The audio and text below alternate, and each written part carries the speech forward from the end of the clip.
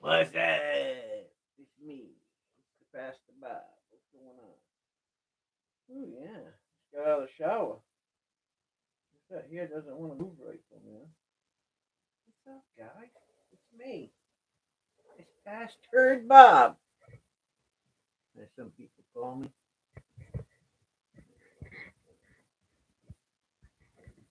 Put myself in sexy mode. What's up, guys? I know. Hey, what's up, Nick?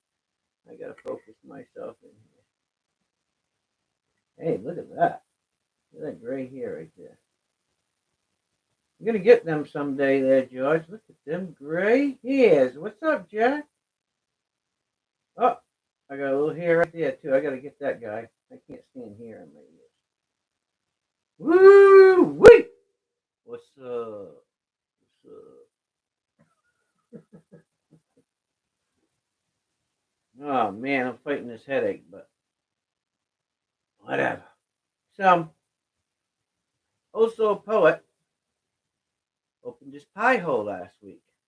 He probably doesn't think that I remember that he opened his pie hole. So, his grandson is not going to have any lunch, school lunches, for about 3 years.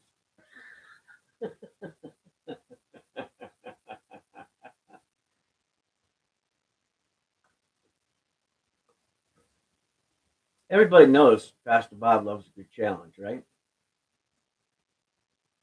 And I don't always tell everybody what I'm doing. So he said to me, "Where's the pennies?" Well, seeing there's about $6,000 or $7,000 worth of pennies in this box, we're gonna get started.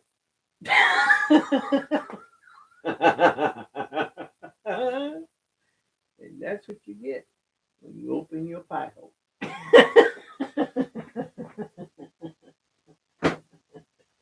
So you can run and hide now.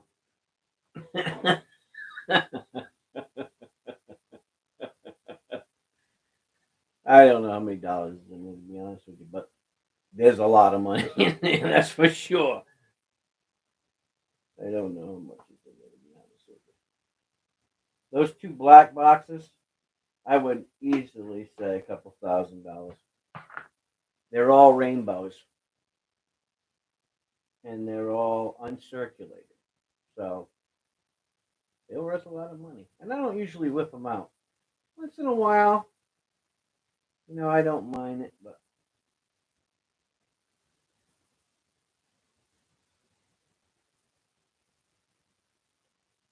yeah, one of these days we're going to have to do a dual auction. But also is always working so hard, and I haven't been out in the shop, so we haven't gotten together. But we will. That ought to be pretty interesting.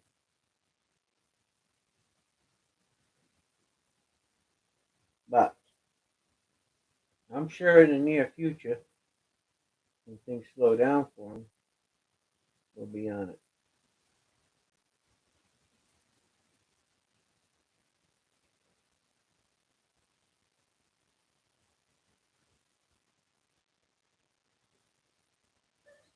This Partridge Family, he popped up out of nowhere. It don't even show how many people watch him. I don't know. I don't understand that thing up there in the corner, so I can't never tell. You know. Hey, what's up, Partridge Family? Man, let me tell you, it's been one of them weeks. Not like every week is it that type of week for me, but it has been that type of week. Hey, Jack, did you get the message I sent you?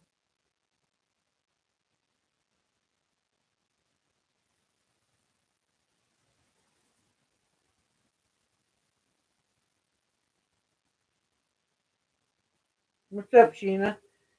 How you doing? going on? Um, okay, just making sure. I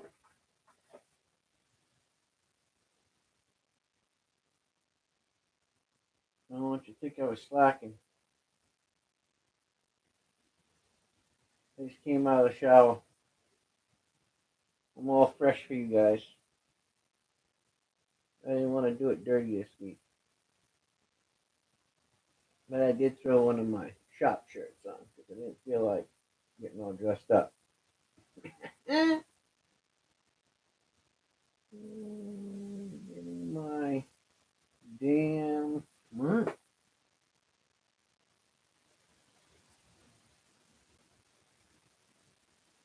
I don't understand. Oh, I'm not a poser. No, I was trying to get some of these hairs. I don't like hair in my ear. Okay, I have this thing. I can't stand hair in my ear, and I can't stand those little balls in the sock. There's certain things that I can't handle, and I don't like nose hairs either. But they sneak up on you, because it isn't every day that I have to go shave.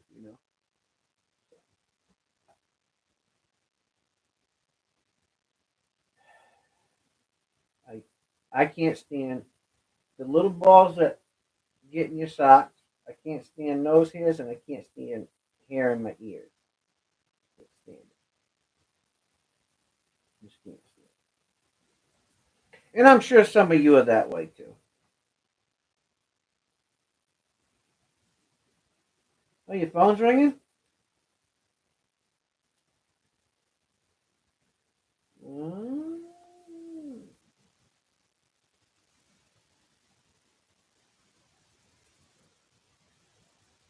Anyway, another item came in this week. I'll show you right there. 3/8 drill from Hart. Pretty nice. I'm glad somebody donated it to the cause. Thought that was nice. Telling you. Yeah, I'm pretty happy about it. I'm pretty lucky. And unlucky. At the same time, I'm lucky and I'm unlucky. Oh my God. I'm telling you. Let me tell you the story before we get started because it's early, right? So let me tell you guys the story of the week, right? Not that I don't have a lot of things going on all the time, which everybody knows that, right? So I started up my belt sander from Craftsman. It was made in the United States, right? So she's old. She's made in, I don't know, 50s. I think the 50s, if I'm not mistaken. And so I turn around and I go to do something. All of a sudden, this squealing come out of it. I mean, like I don't even know how to explain it, right? So I didn't know what it was, so I had to go and research it. Back in the day, they never put bearings in those things. All they have is brass bushings in the wheel drive. They don't have any bearings in it. Getting to it is a monster. And it doesn't really, the older ones, they really didn't make them um, the way that they make newer stuff, right? Um, so, needless to say, it's not true anymore, and the bushings are worn out, and you can't get replacement bushings. It's just a mess, right? So you say, "Oh yeah, okay." Well, so I'm using the other sander, right? My Ryobi. Now my Ryobi is 20 years old, probably somewhere around there. probably somewhere around 20 years old. And I'm going along, and what happens? It locks up, throws a belt. I mean, it's like, and then all of a sudden, and I'm not, it threw two belts. It threw the rubber belt, and it threw the brand new impregnated, what do you call it?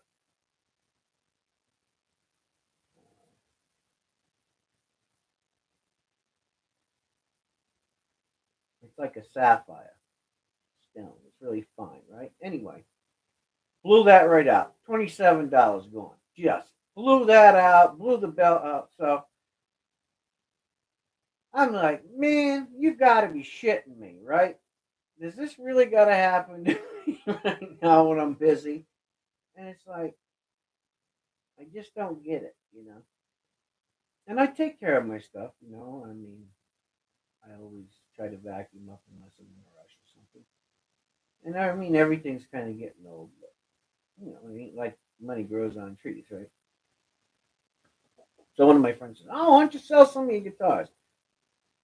I said, "Is that how you're going to answer me?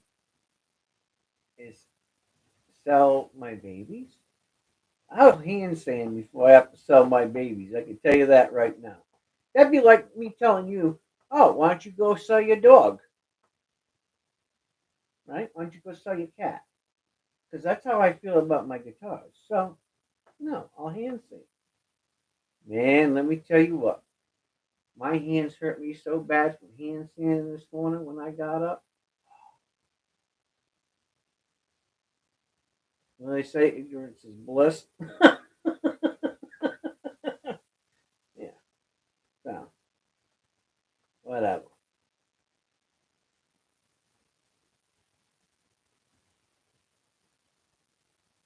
You need a lawnmower for your ears right now?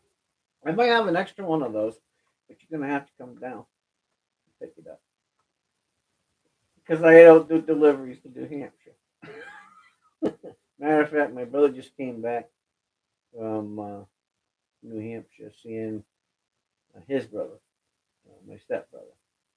Now, I've known him for oh, many, many years.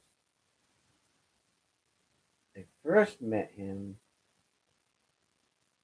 before Tommy was born. So you can imagine how long that's been. A long time. So I've known him a long time. Over 35 years, I think. 36 years. Long time. Um, Now, when we was kids, we partied and did crazy stuff or whatever, but we never was really, really close. So, but I known him, you know, my whole life. His mom was married to my dad, so you know, that's how that's set. I don't know how to go any deeper than that, but you know, very cordial with each other. Just he lived his life, and I'd have to say that he's lived his life to the fullest, you know. And he was crazy. He was wild. You know, he was a wild child. He'd tell you that too. And then he decided to. Well, then he found Jesus. He decided to clean up his act and have kids, and so on and so forth. Started a good business for himself, and then wham, it all hit. He had a few strokes. He just came down with pneumonia, and he's fighting that. And then they tell him he's got cancer throughout his body. And I'm like, I've been thinking about this for a while since my brother told me about it. I'm like, man, what a punch in the face. You know, knowing him and seeing him and everything that he's done, right? I mean, he's been very fortunate because he's been wild, right? He's dodged a lot of bullets in his life. But, you know, the guy actually, you know, did something to make himself proud and his family proud, and then all of a sudden life takes a drastic turn. So I tell people all the time as a pastor, don't think it can't happen to you. Don't think that life can't change in a split second, because it can. So, you need to cherish every moment. I mean, I'm dealing with Mary already. She had a allergic reaction to the chemotherapy, so it was just crazy. So there's a lot of things going on with her that I'm concerned about. I don't worry. I'm pretty concerned, but I'm pretty sure that they'll figure it out. I mean, every person's physiology is different. So we'll have to just fine tune it. But anyway, and look at, I'm still here, right? I'm still checking. I'm still strong, right? It's just the way you got to be. You know? People say, "Oh, well, where's your compassion as a pastor?" Well, I think my friend, Old Soul Poet, can tell you this. Death and sickness can harden you when you've seen so much of it in your life. It doesn't mean that you're not compassionate. It doesn't mean that you don't have a heart. It doesn't mean that you're not humble to the moments. It just means that you don't express yourself the same way as other people do. Emotionally, we're not. Um, it doesn't incapacitate us. It doesn't make us cry, and it doesn't make us be sobbing. You know, everybody's different, and I've learned to have to control that because you have to control moments in your life. You have to learn to control um, the situation because somebody's got to be strong or it all goes in the dumpster fast. Trust me. So, I told my little brother because I know it's really hitting him hard. I said, "Hey, you know, I'd like to, you can ask him, and if you want, if he wants to have me make his errand for him because he wants to be cremated. If he calls me and tells me that's what he wants me to do, then I'll do it. I mean, he hasn't, but I have to prepare for it because I don't want to be, you know, dragging my feet when people are sick, But I just thought that's something that I'd like to be able to do, which is something different because I've done a lot of other things for people, but I've never made them an earn. But why not? I can do it. So, I don't want to talk about all the sad stuff anyway, but I just wanted to let you all know. So if I drift off into the wild blue yonder in the midst of our conversations, at least you know why, because I'm always thinking. Anyway, how's you guys this week been? Screw mine. Mine always sucks. How's you guys this week been? You been pretty good? How's Jack doing? Is he healing? Jack? Are you walking on them legs yet? Hmm? Me doing better?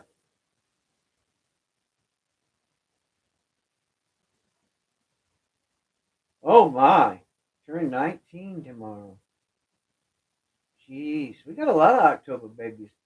Uh, my birthday's next Saturday, and I'm going to be doing an auction on my birthday. And anything that I sell on that day is going to be for me. Because by God, I got to earn some money somehow to buy some new sanders and stuff for my shop. Because I'm telling you, I can't not have them. So next Saturday is an auction for me and my birthday. I'm going to tell you that right now. It's going to be for me. I don't usually do that stuff for myself. But I figured, you know what? Why not? Do an auction for myself. Somebody told me that I should do that, and I had to really think about that.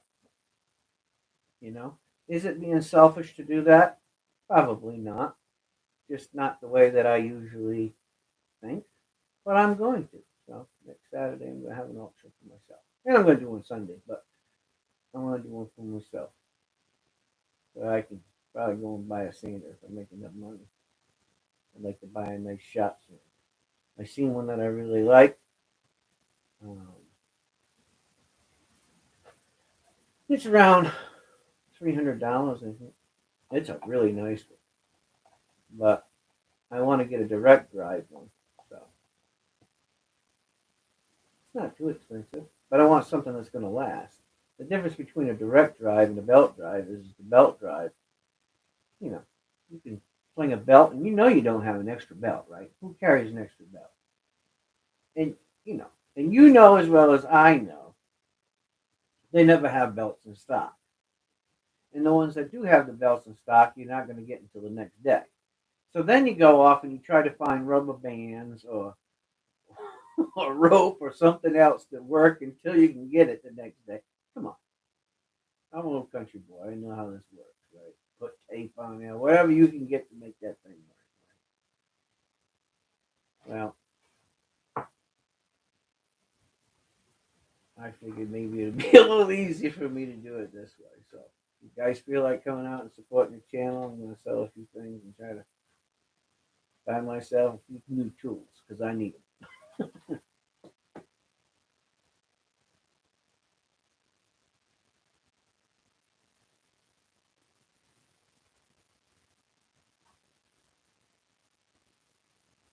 Oh, thank you. Appreciate it. Yep, I'll never be as old soul poet. Can you imagine that? Never. Can you imagine that? Isn't that weird? I'll never be as old as him. And he'll never look as old as me.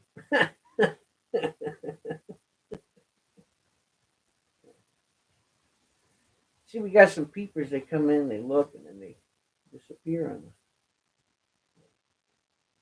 The auction don't start until 8, so that's why I'm just talking. I only got, you know what I noticed? I only got gray right here, which is kind of cool. Got a little gray in here. Trim it up. Look, trim that up. Oh well. The only one I really need to be sexy for is me and Mary anyway, so no one else really cares. Well, maybe old soul poet. Because he's my brother, right? You know what I'm saying? Anyway, and I want to tell you, I've been using the hell out of them router bits, man. Oh, I want to let you know, I started working on the knives, so pretty soon I know you don't see any boxes down here in the knives, but there will be some knives for sale, and I'm going to make some stands for them. I'm trying to figure out what type of pattern I want, so there will be stands for them, and they're all Damascus, and they actually came from uh, either India or Damascus. So, well, so it's said, but that's where they come from. That's where I get them from because they are some great craftsmen, and so and that's how I like to do it. Anyway, just wanted to tell you that. So if you're interested in buying somebody a really super nice handmade gift, you're gonna get it this year. Absolutely. I've been working my tail off to bring you some cool stuff, so I hope you all appreciate it. And I hope it brings a few more people into our auction. Have some fun. Hope you seen my video. I've got, man, I'll tell you what, I'm working on some weird projects. I got some cool things that you haven't seen though. I'm going to bring out. I got some pretty cool stuff coming. I think you'll enjoy.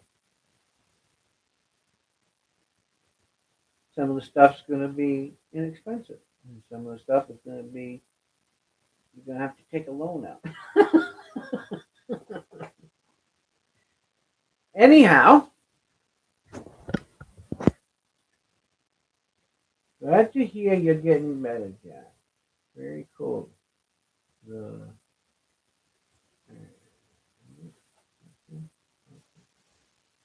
using a cane.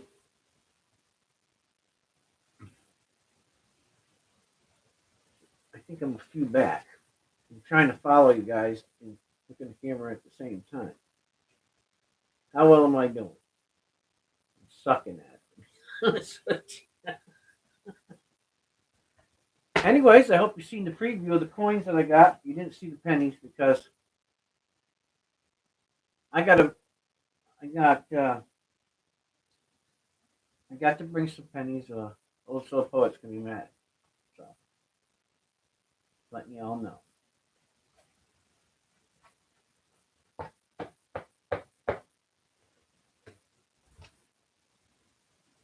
Looks like your dirty chat is lagging. Oh, your chat. I thought that said dirty. What the hell? Oh, I got quarters. Jack said, "You got any of my quarters?" Now, you know, it just so happens that mysteriously they appeared. They did. In from two different directions they appeared. So they appeared and they're here. So,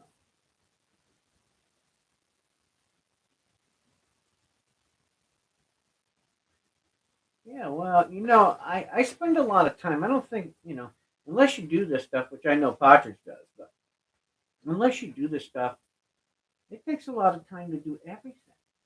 I mean, I don't think there's anything that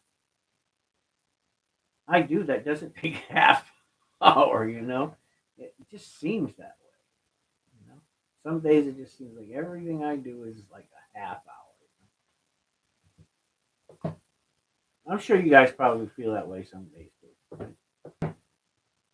So,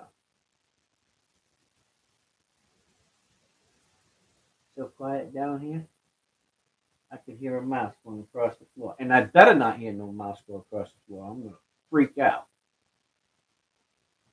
I don't like mouse glitches. I don't want no mouse glitches down here.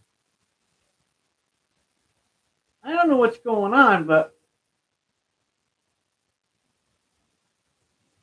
for some reason, two guitar strings broke. What is going on up there? And it's all the high E. I don't get it. I think my guitar's are mad because I haven't been playing it. All that silver colored stuff. All right, let me show you. Well, oops. Yeah, yeah, messages.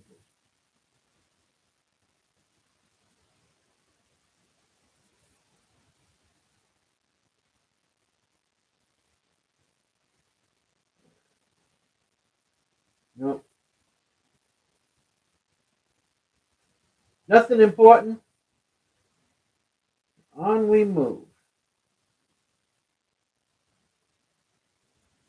Warrant issued for President Joe Biden. Good luck with that. All right. So I'm going to show you guys something cool. I'm going to start off with something cool. Hopefully not me. Hey, did you guys hear me in the shop? I was trying to show you guys what I was doing in the shop on my earlier video. I tripped, lost my flip flop. I was like, you gotta be kidding me, really?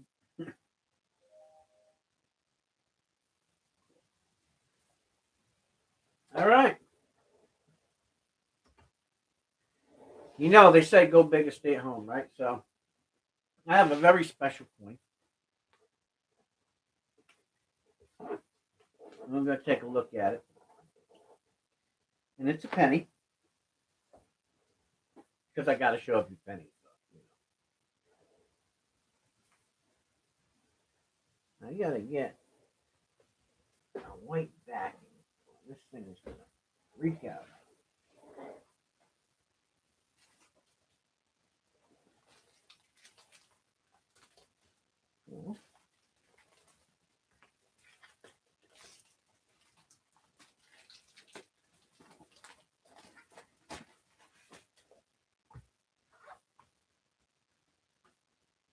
Put that down there. Now,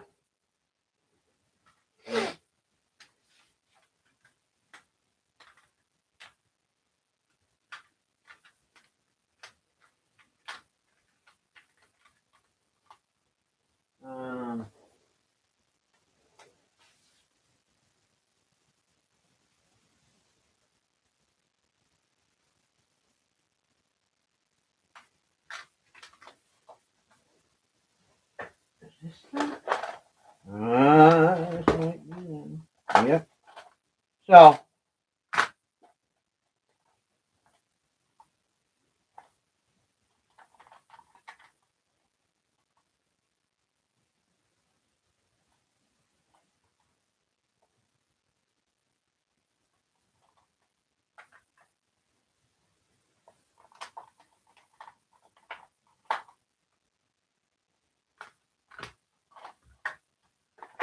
got a few pennies I'm gonna do first.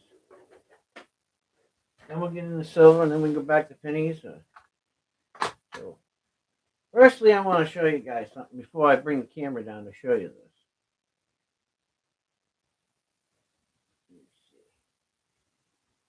So you know what we're looking at here.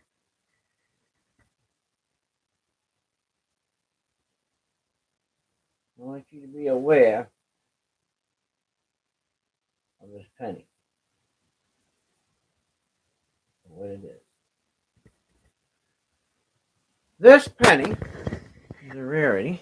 I'm going to bring you on down here.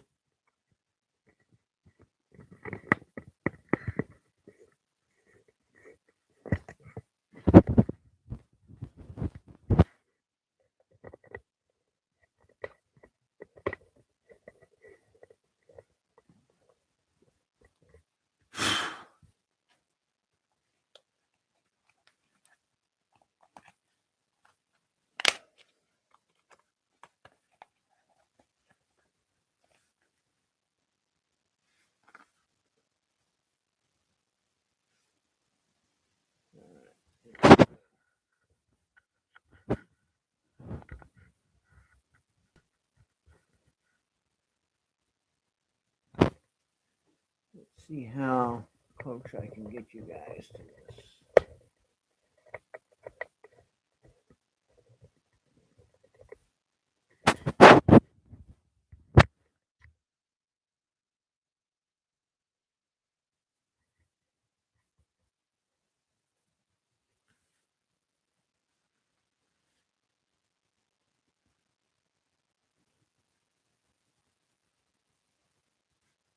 So,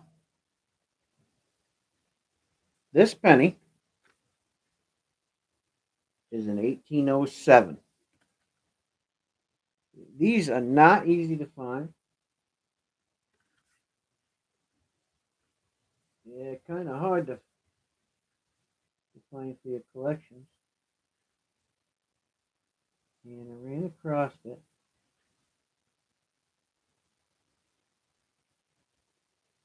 And I just had to pick it up. Now, you don't dip these pennies, whatever you're doing. This is a nice penny. Now, it don't look nice to some people. I guess it's in the eyes of the beholder. But look at the penny. Isn't that cool? I wanted to bring it up closer, but the camera just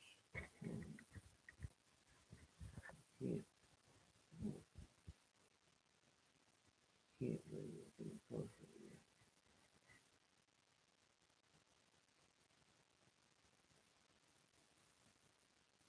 Trying to get the shading in so I can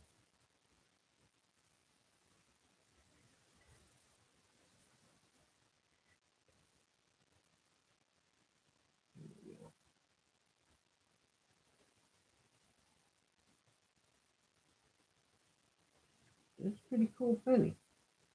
It's very hard to see any detail. It really is.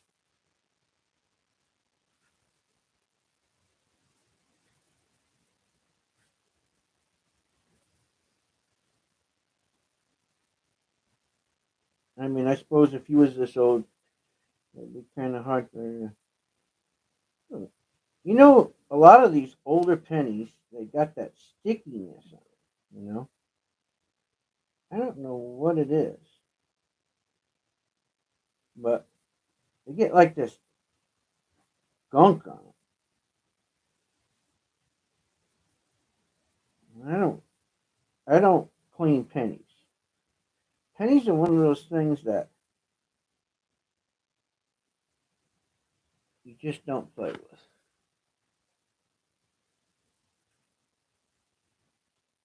There you go. Now you can see it. I get the lighting right. There you go. Anyways, so this is an 1807. So I seen the penny, and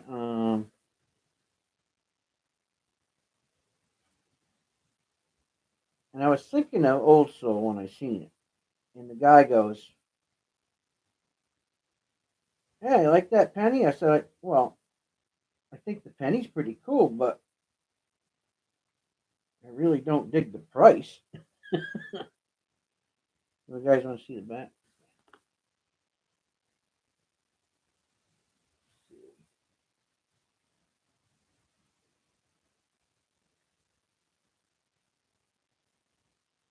I wish you could get a little more light. I wonder if, what I'm going to try. I've never tried this before.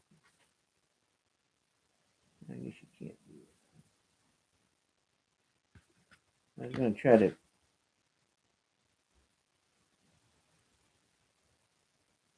was going to try to do a magnifying glass. I guess you can't do that. I was going to try it, but anyway, I need to try to figure out some kind of different lighting or something. There we go.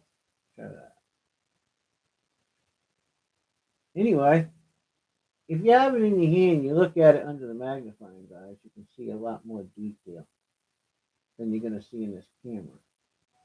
Because I don't have my magnifier hooked up.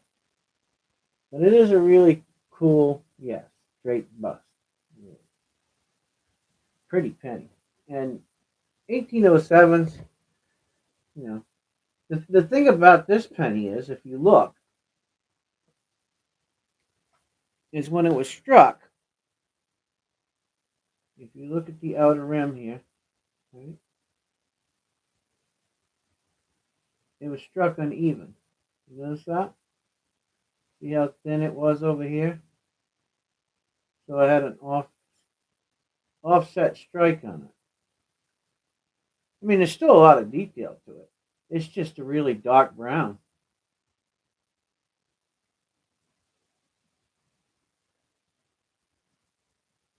But they're expensive.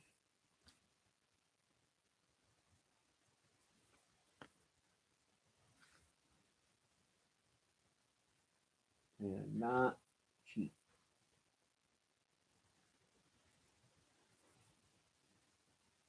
But I thought it was cool, so I picked it up.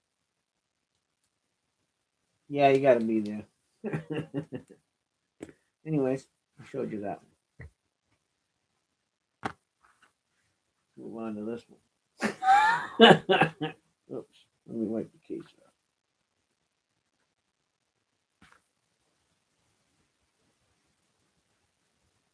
Decam Gem Proof, 2002, San Francisco. Now, of course, I gotta get that off.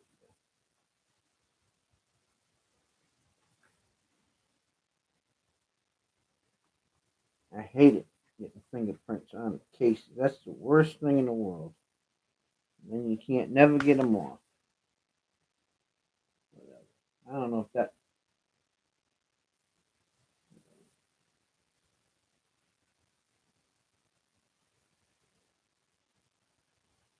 pretty cool looking penny.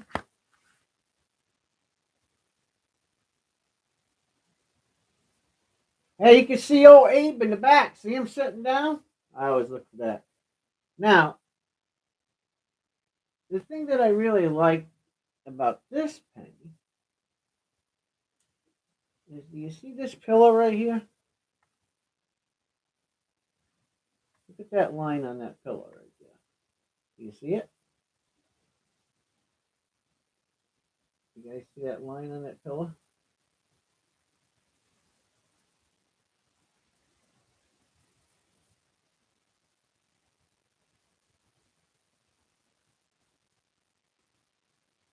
So, there's a line on that penny right there. See that? I'm going to show you.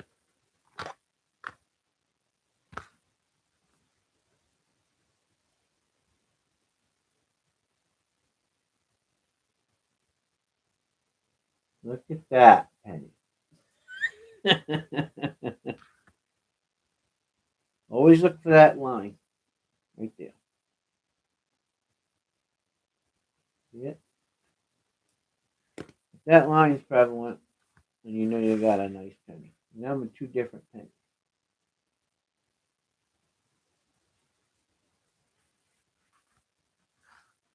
Back to two different pennies.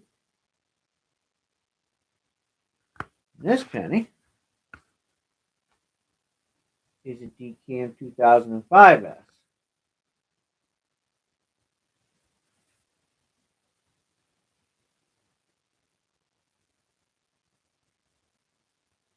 The thing I like about this penny is it's got a leak stripe right there. See it? See the 5?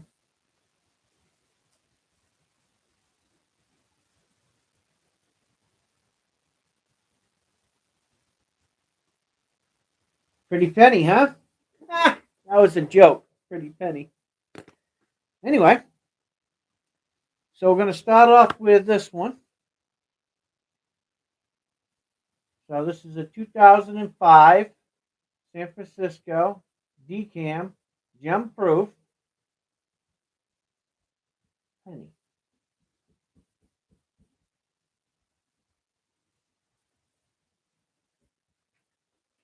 So let's start it out at $5. How's that? That sounds good to me. Started off at $5. Partridge, could you put that up there for me? He was doing such a great job. Everybody loved it. Oh, look at him. He's on it like Blue Bonnet. Gotta love that guy.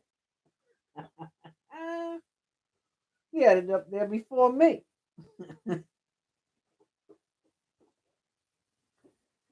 There you go. Take a look at the back again. There you go. Take a look at old Abe sitting there. That's a really nice decam, by the way. I just want to say that. Really nice. I'm trying to get to a page here. Let's see. I think that this is the wrong book. I think I grabbed the wrong book. I'll have to transfer.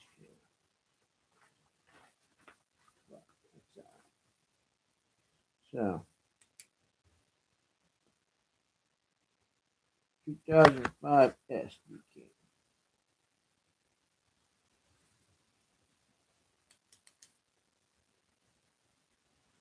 $2,005.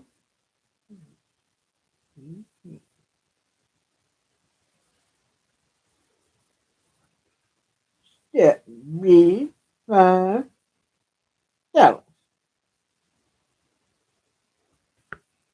And today's day is, what is today? October 17th.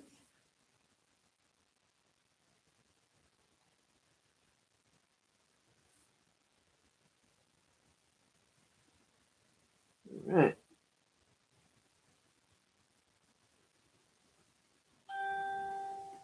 All right. Thank you for your bid. Also at $5. What's he doing? Bidding up himself?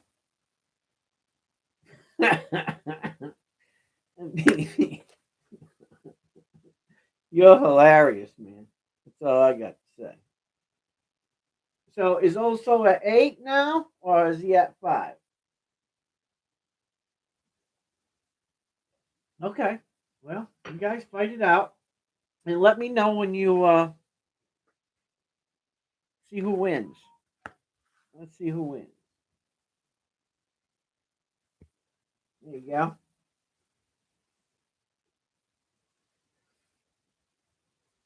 Kind of sexy, ain't they? Yeah. You don't see anybody else bidding, right?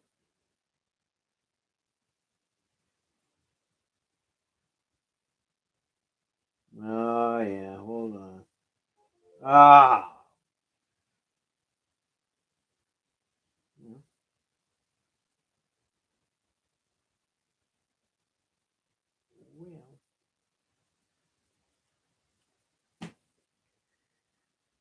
missed that. Missed your bones. Going once to old soul. Do, do, do, do, do, do, do, do, do, do, do, do, do. Going twice to old soul. I'm gonna make them fight it out. Keep playing around with them. Gotta get them down the road. Gotta get them down the road. All right, Partridge, call it out. Send it down. Send it down. Let's count it down. 10, 9, 8, 7. Well, Old Soul's fighting with the right side and the left side. 6, 5, 4, 3. No, he's not at 5. He's at 8 because the other side bit him up. Was you paying attention to that? Yeah. Okay. Are we at 3 yet? 2, 1. All in. Last call. Last call. Last call. Last call. Sell it. Sell it. Sold to Old Soul Poet. Old Soul Poet. $8. Go. Thank you for your bid. Thank you for your win.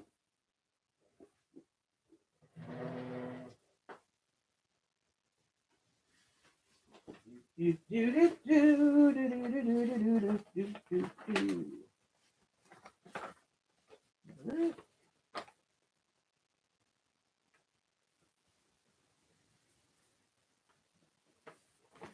Alrighty.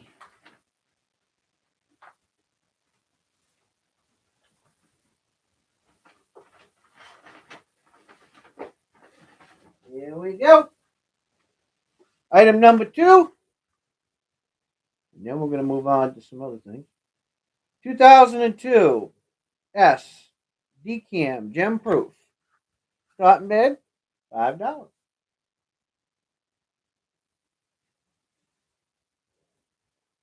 What was that? Why does Lincoln face to the right and all others face to the left?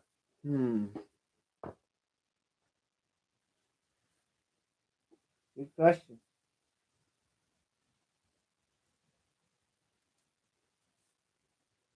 But wasn't he a Republican?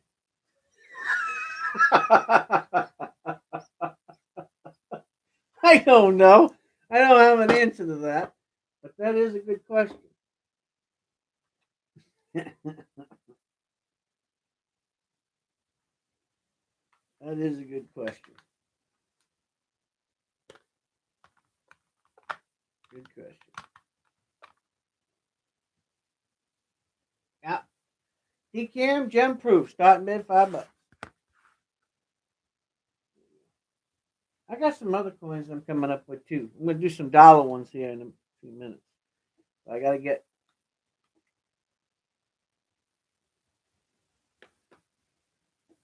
gotta start off slow. I don't even know what year this one is. Yeah, look at this next one. Going once to old soul because nobody else is bidding on it.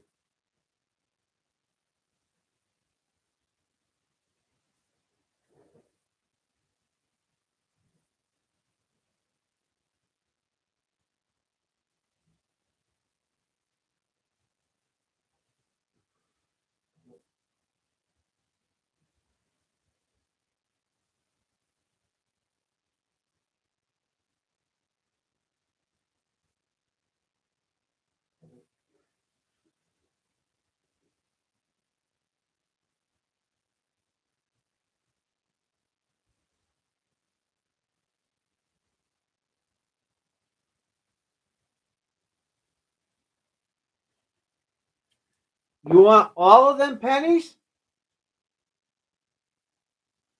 Are you sure about that?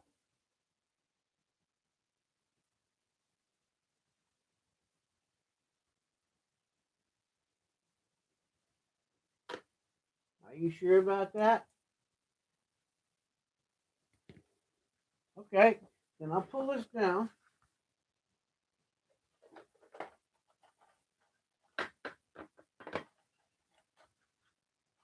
And I'll count.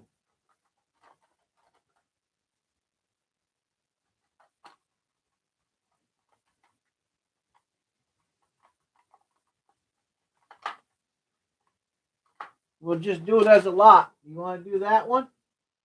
You want to do them as a lot?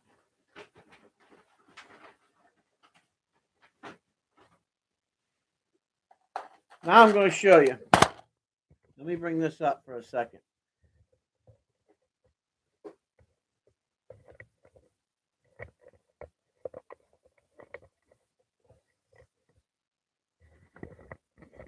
Just so that you know what you're doing there, old soul.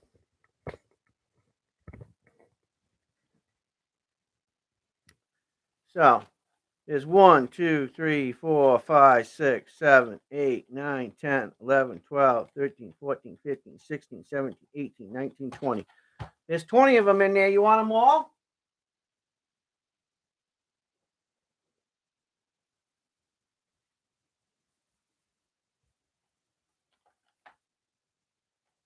There's formative years.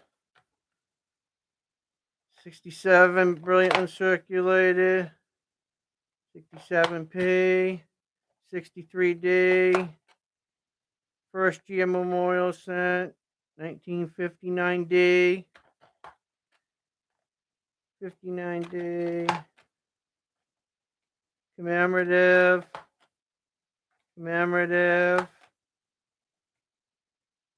98D. 96D. 74P. 98D. 2008P.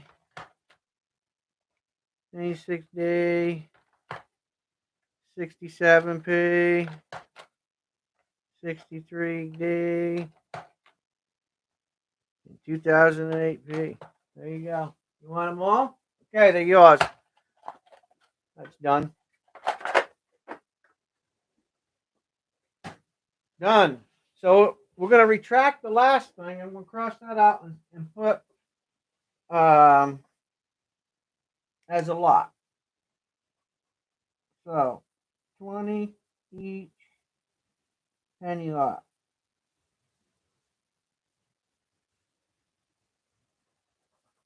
Cross that out. $1 each. $200. There you go. How's that? That's a really good one. Most people don't know. Most people don't know what some of those pennies were. So you did yourself a real big favor because some of them pennies in there, Judge, are probably worth $30 or $40 a piece. So But because you're my friend and I love you, down the road they go.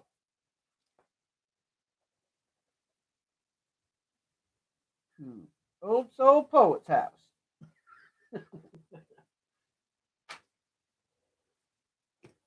All right. Because George was so kind to do that, I'm going to do this. Check this out.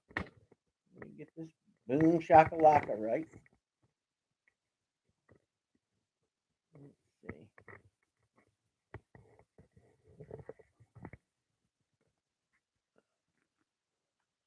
Okay.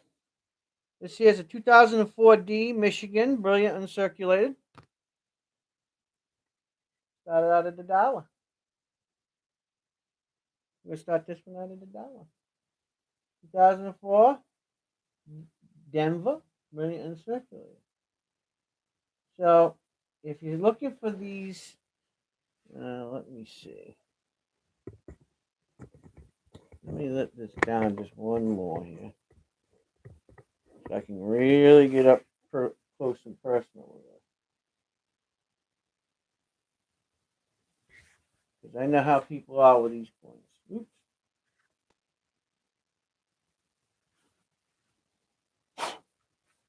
Always got to have something on there.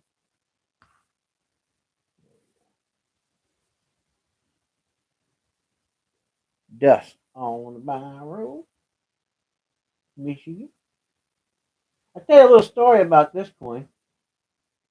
I have a retired die upstairs from the U.S. Mint for this coin.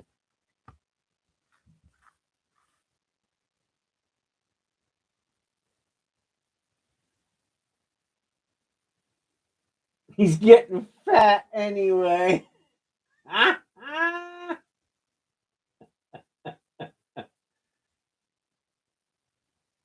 He's turning into a chunkamunka. That's funny. So I got to say about that.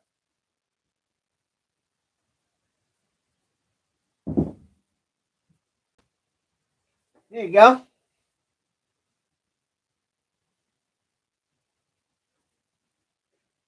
Let me focus it in a little bit better. There we go. Look at him. He looks semi-happy, but I don't know.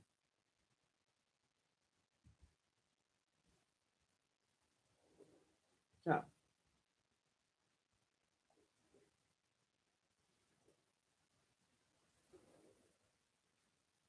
guys want to pass on it? Just say pass, because I don't want to stay on something that you guys don't want to look at.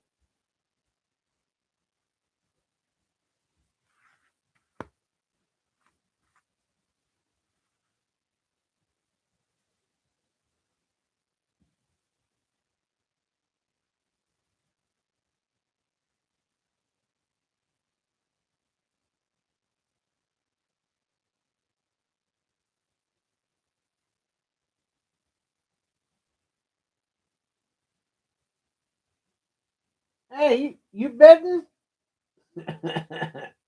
You like it? Nobody's bidding against you. Why are you bidding 3? I don't understand you guys. I'm not going to argue with you. There is something on that case. Do you guys see that? Right there. Whatever. 5? No, you can't. You guys are pain in the ass. You guys are bidding against yourselves. All right, count it down. Whatever your bid is, because I have no clue at this moment. You know what I don't understand, to be honest with you guys? Why they didn't put very much detail into this coin. I mean, I'm just being honest. They really didn't put a lot of detail into the coin.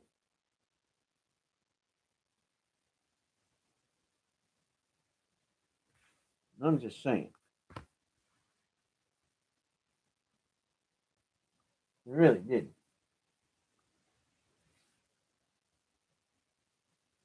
He's got your illness? Oh my God.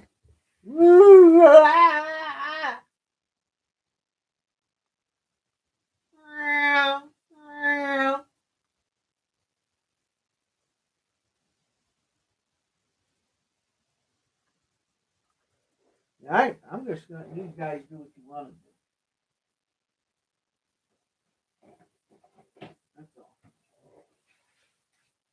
Do your own countdown. Means you're in charge anyway up there. What the hell year is this?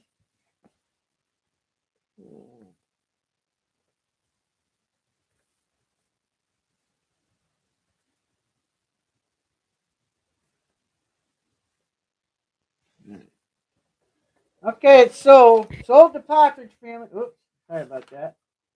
Sold the Partridge Family for, I don't know, $3? I don't know. I gotta write it down in the book. Tell me.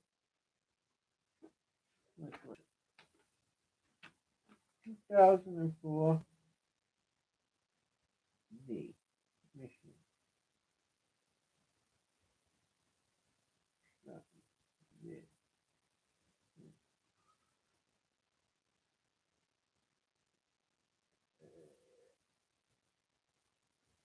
Put it back for your next auction.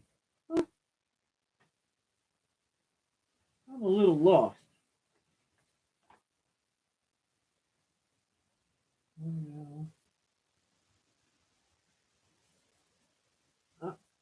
You want me to put it in for the auction?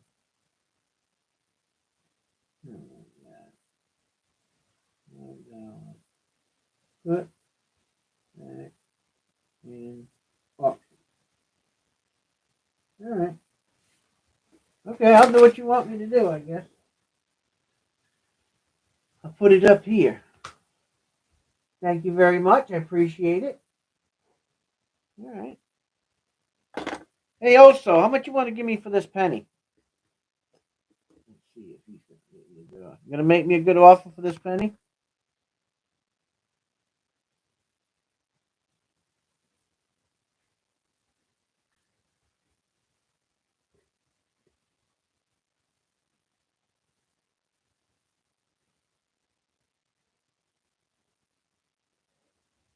Okay, send me an offer over my phone. I'm going to put it up. Okay? You send me an offer over the phone for that. I'm going to put it in your bag anyway. This would be off the cuff. All right, let's get busy.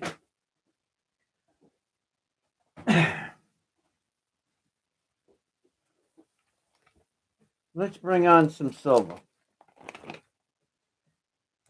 We're going to start off at the lower years and work our way up, I think.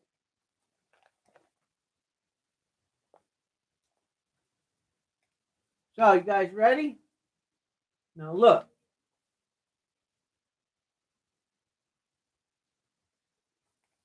I'm going to do quarters.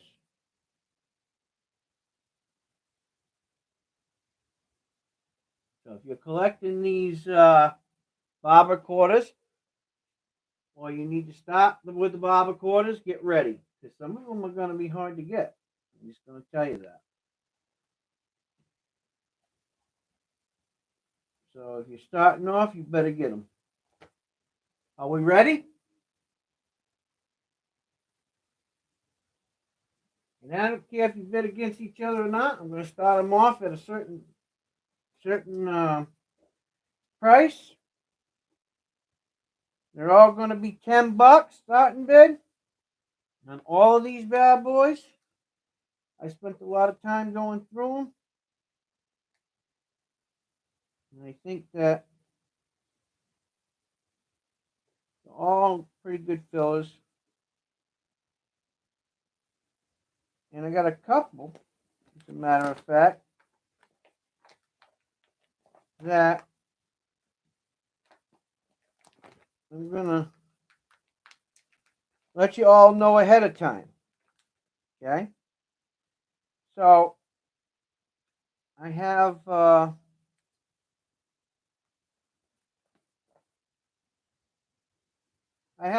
three of them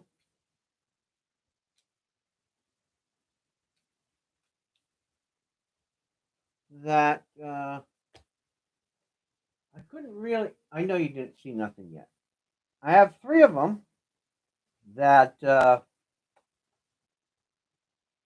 didn't see any date on. So this is what I'm going to do with those. Well, I need four of them actually. So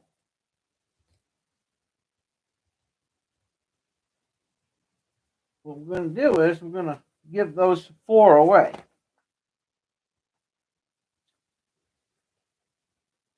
So if you buy five of them, for whatever you pay, you buy five of them, I'm going to throw one of those in for you. Okay? There's no date on them, but I'm going to throw one of them in. So if you buy five of these, doesn't matter what you pay, whether you're paying $10 or $20 or whatever. If you buy five quarters, you buy quarters, I'm going to throw one of those no dates in there. No date quarters. Some of them, I think I may know the date, but I'm not sure about. So because I'm not sure about them, I'm just going to say if you buy five of them, you'll get one of them. Okay? Does everybody understand? I know you got a gray screen. First up, 1897 Philadelphia.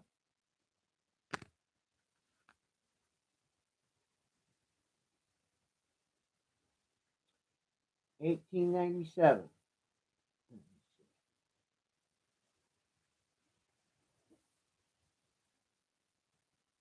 1897 Philly. Okay, all of these are starting bid is $10. Okay, on all of these, $10.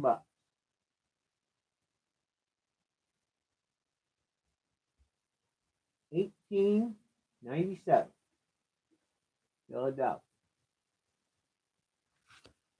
Look at the back.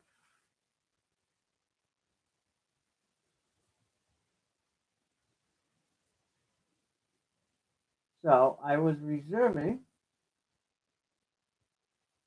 and I have gave my estimate on what I think they'll grade out as, and I put about good or good. It's a great fillers. So if you're starting a quarter collection, I'm going to lift this up just one click, I think, so you guys can get a little wider of a view of it.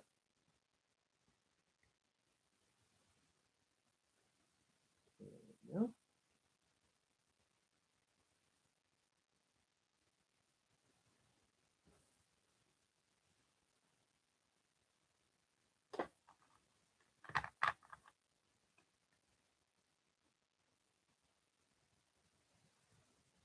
And we'll focus in there. Yeah, we should be good. Oops, sorry. Trying to get you guys focused in. There we go. Guys, see that all right?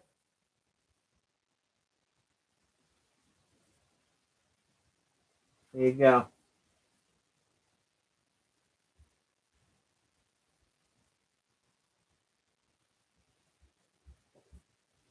So the good fellas, there's an 1897.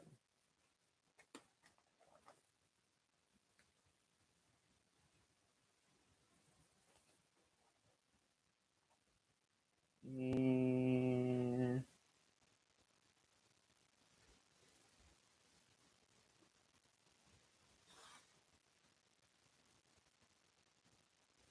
back around.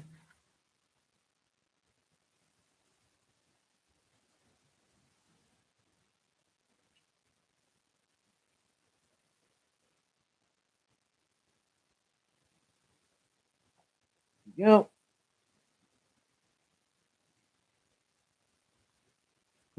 This is an 1897. So you guys can get a view on it. And here's another 1897.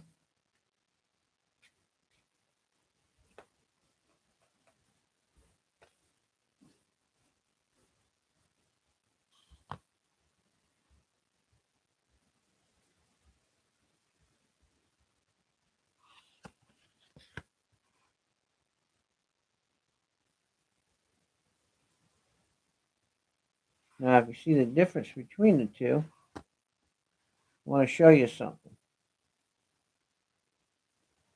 See the way that coin is worn? Now let me push this one down. Now look, isn't that just strange how they wore almost the same?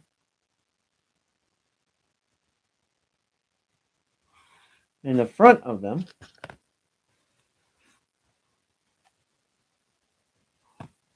is the same thing. I'm going to show you. Look at that one. And you look at that one. Isn't that weird? Pretty neat, huh? Isn't that a trip? I just wanted to show you guys that. So, 1897.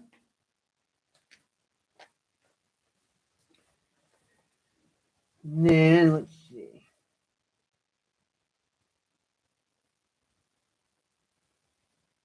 Okay.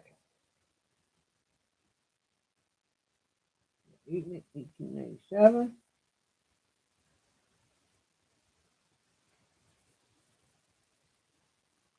What was that other one?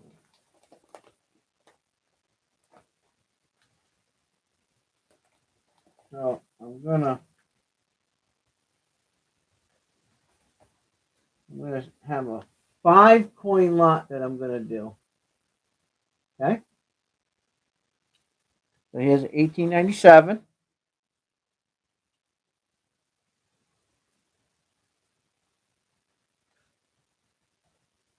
Matter of fact, I don't know if I can do.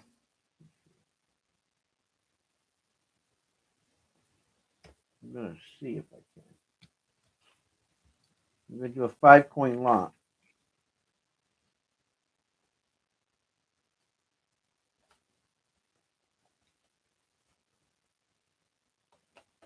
Okay. So stay with me here. Here's an 1898. And I'll show you the whole lot. 1898.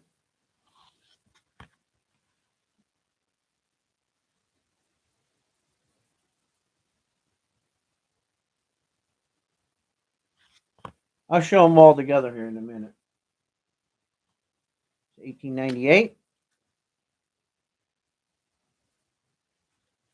1899.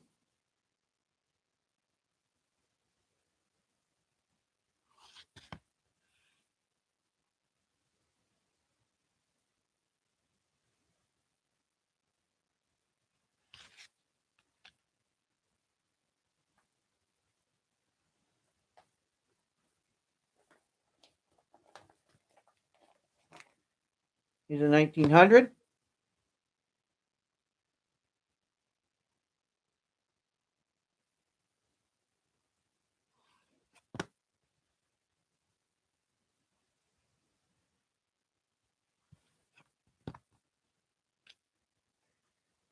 And a 1901.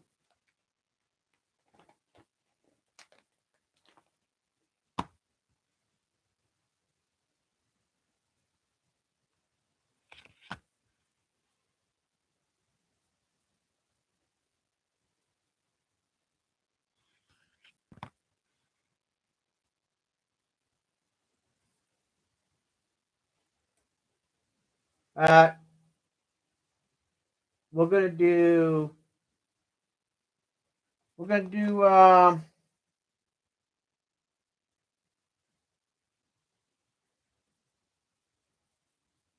Let's just do $40 for the 5-coin lot starting bid. Let's do it that way. We'll do 5-coin lots. How's that? So let me bring you guys up here. And I'll show you the whole lot.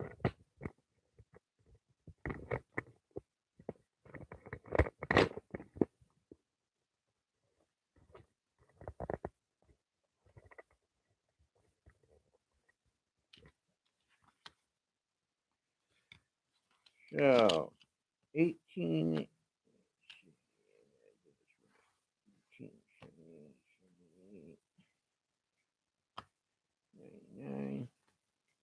99, 1901.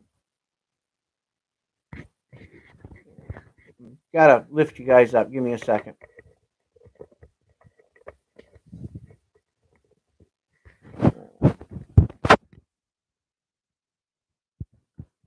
I guess I gotta lift you up some more. Holy cow. Don't you just love modern technology?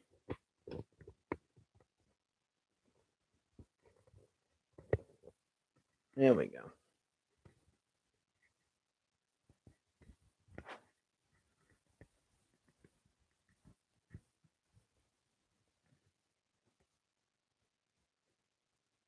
There we go.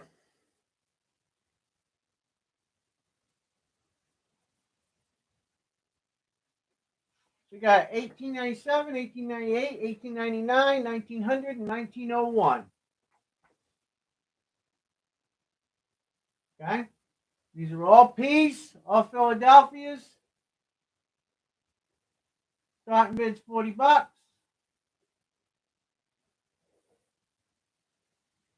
If you buy the lot, you'll get another one that I got that really doesn't have a date on it. I'm going to throw that one in on the lot. Okay? So there you go. Have at it. Rock and roll. So if you're looking to start a collection, there you go. Get in on it.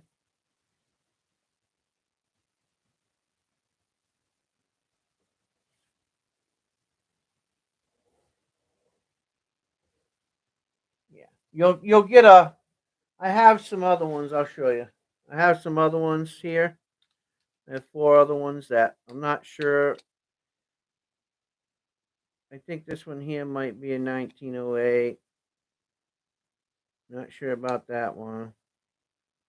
That one there looks like somebody was trying to make something out of it. This one here I think is a 1909.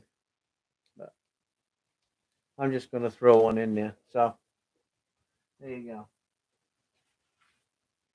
So think about it. Look at them. Think about it.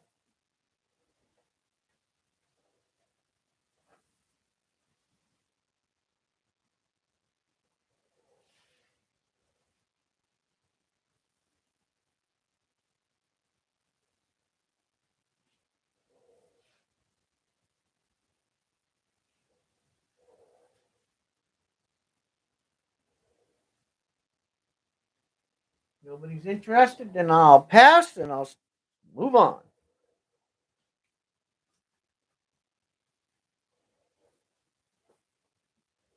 So do me a favor, if you're not interested, just everybody that's active, that's actually in on the stream and bidding, then just put pass, pass, pass, and I will move on.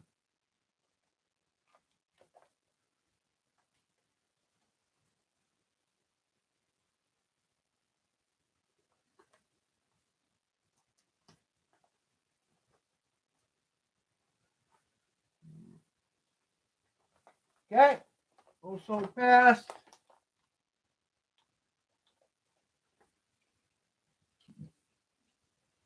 Got one pass.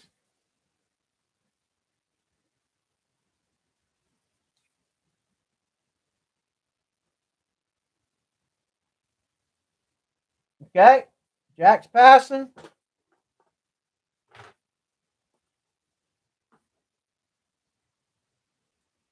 Tina pass.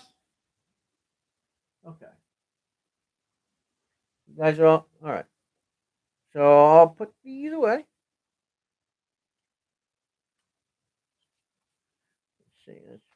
one here with that. Here we go. Pass, pass, pass, pass, pass, pass.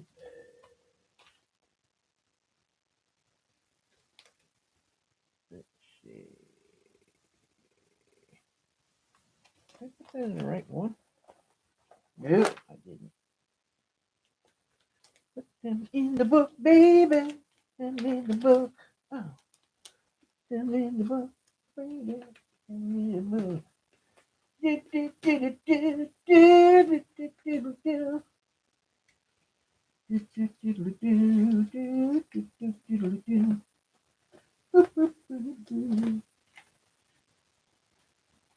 I woke up, got out of bed. I ran the comb across my head. Let's see. Bid canceled. Thank you very much.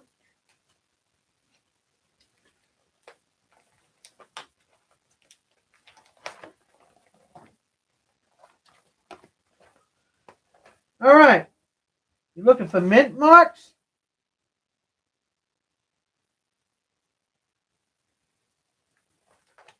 Is that what he said? Okay. Is that what you said, Jack?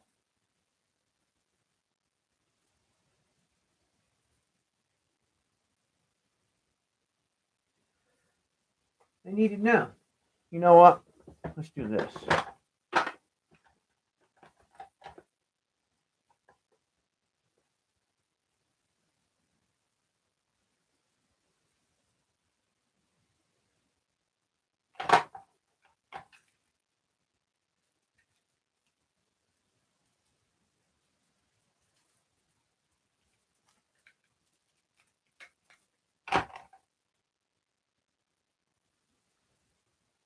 Oh, okay. What are you looking for? Jack said he needed mint marks, right?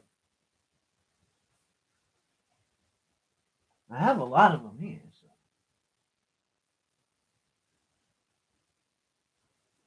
So. Okay, so let's see.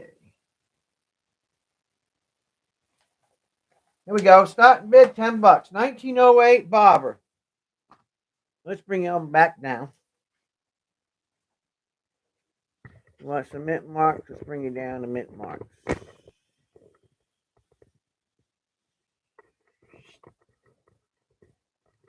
There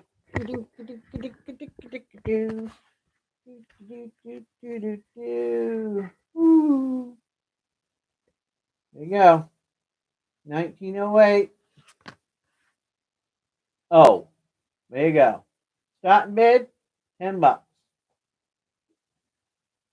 You don't like blue bonnet.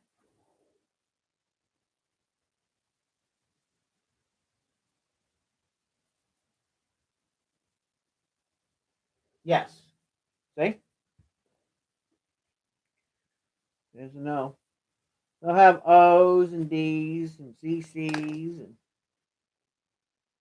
so you'll know when they have them.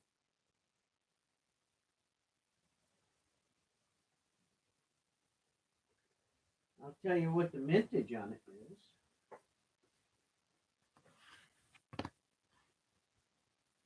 is. $19.08. Oh.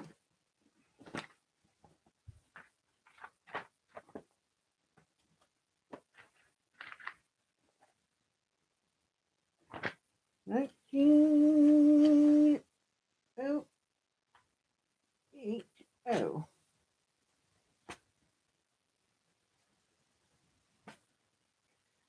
19.080.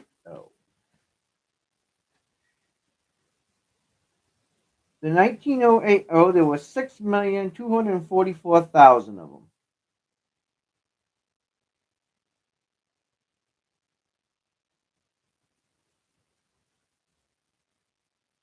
No.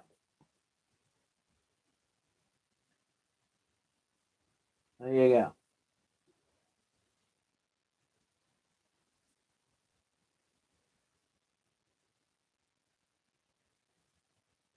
I got something stuck in my book. What the heck is that? A sticker stuck in my book.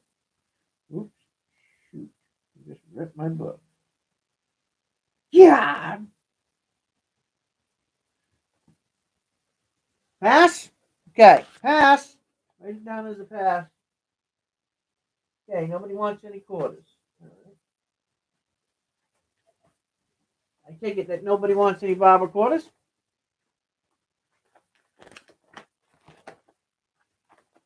Here you go.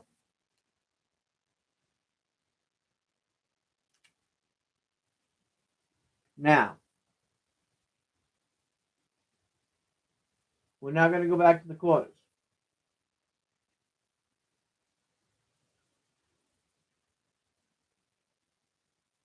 Yeah. Don't worry about it. It's all good. Ready? Here we go. You ready? You type this in, Partridge Family. We're gonna get hot now.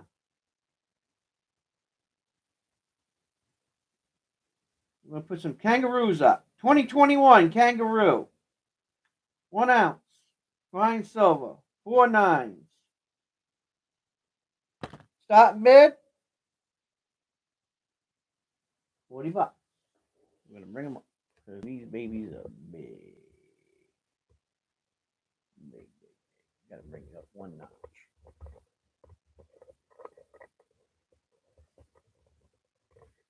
right. That way. These guys come right out of a roll. Here we go. Guys should be buying these up. There you go.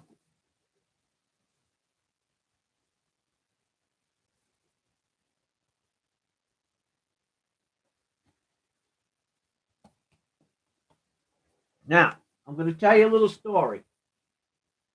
I have 1, 2, 3, 4, 5, 6.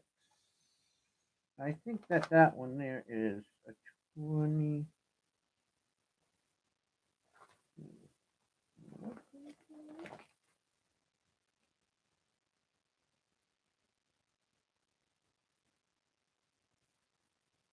So I have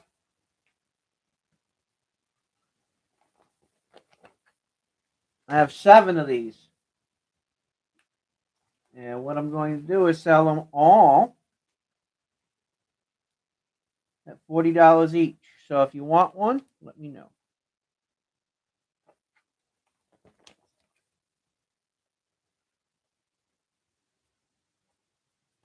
Or let me know how many you want. Hey, what's up, Robinson Prospecting? No. Partridge Family. These are buy it now. $40 each. Not a starting bid. So if you want them, no. If you want them, they're $40 each. I have 7 of them. So whoever wants one, buy it now, $40 each.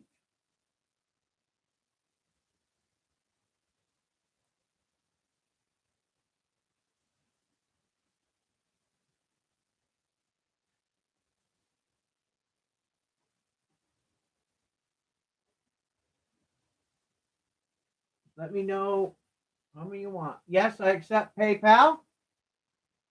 Yep. Just remember, shipping's $5, no matter what. So I accept PayPal. Send your PayPal information to me. Send your email and all of your contact information to. I'll put it in the thing here. Hold on 1 second.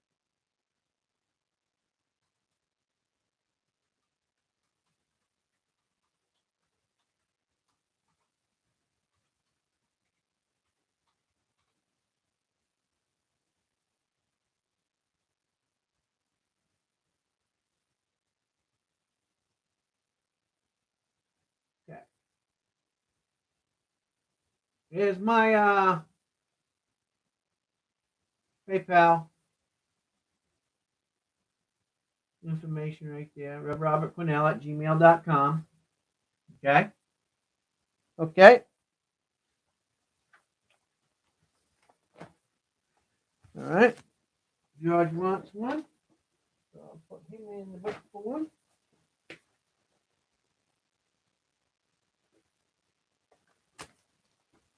Okay. 2021 kangaroo.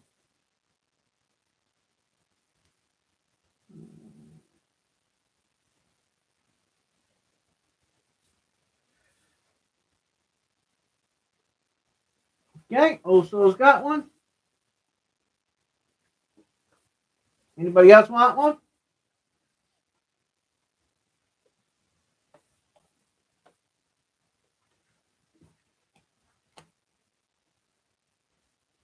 Putting them out there. Put another one up.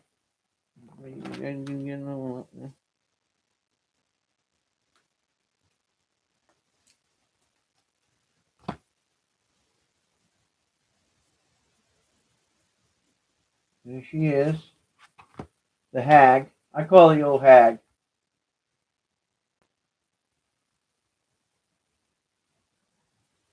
There you go. By the way, that's my seal that I put on there. So they come from the how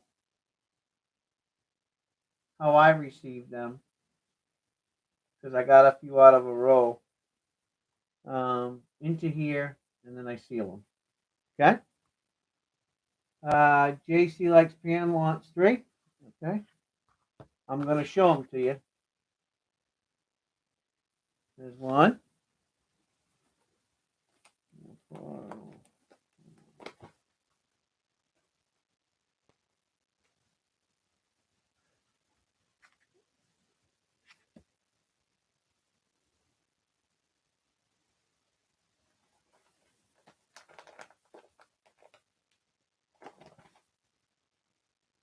There's 2.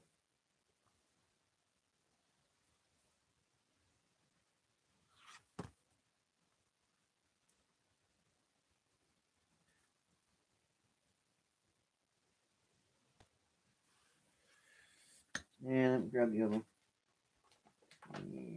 Here's 2.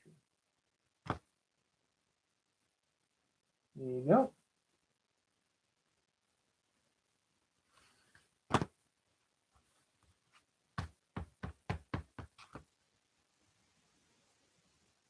There you go. Ready? There's 3 of them. They're nice. Okay, JC wants 3. Okay, hold on. So there's 3 for JC. Eat them all you can. And let me tell you, I got a feeling that a storm is brewing on the horizon. And every time I say that, it comes. Okay, JC likes Pam. Please send your contact information, your physical address or however you want me to send them to you. And then just go to the tag where my email address is, and that's my PayPal.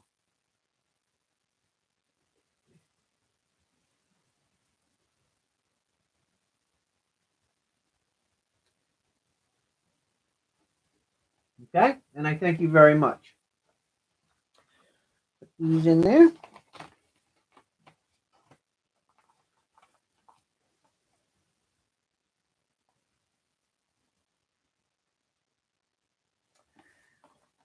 Alrighty.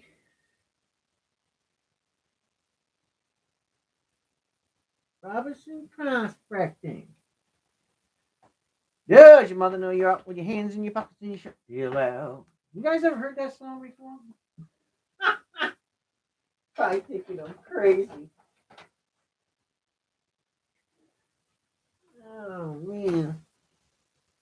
You guys never heard that song?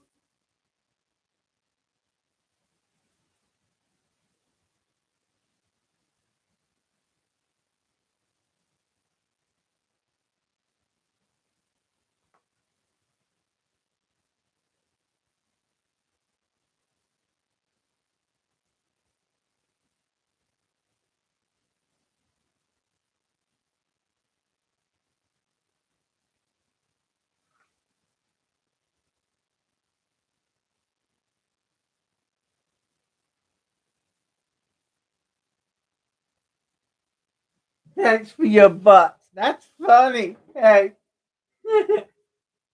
Thanks for your butt. Hey, Partridge, did you see what you put in there? You're welcome, JC. Thank you.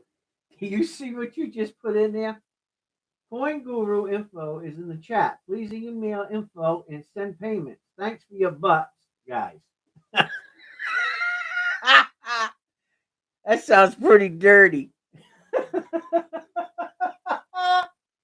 Oh, God, that's freaking funny. You guys want to see a high dollar coin? Did you guys bring your last will and testament?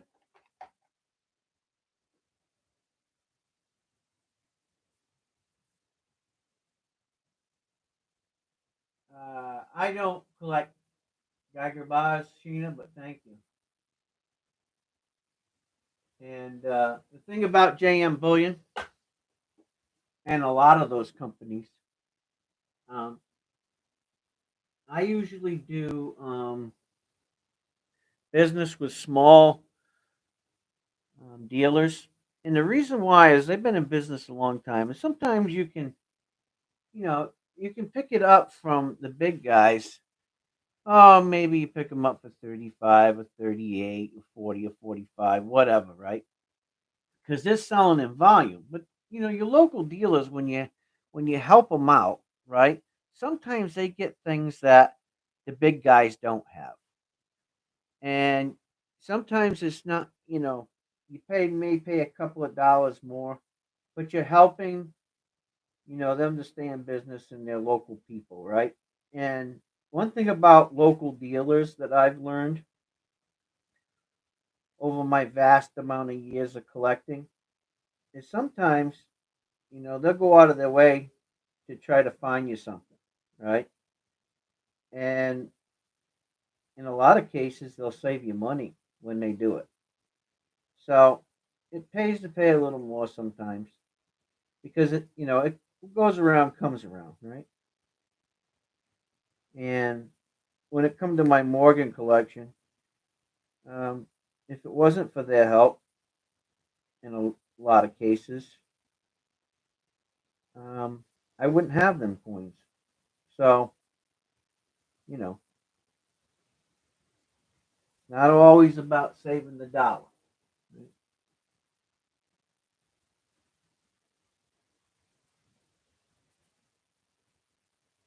So,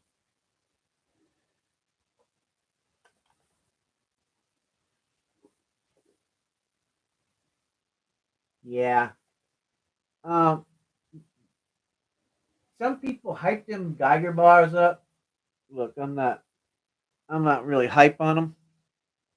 What I'm hype on is things like this that you can't get. This is an 1882 San Francisco MS-62 proof light.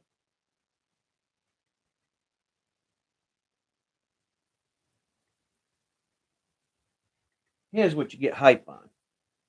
Starting bid's $150 on this coin. Look at this. Now here's a nice coin.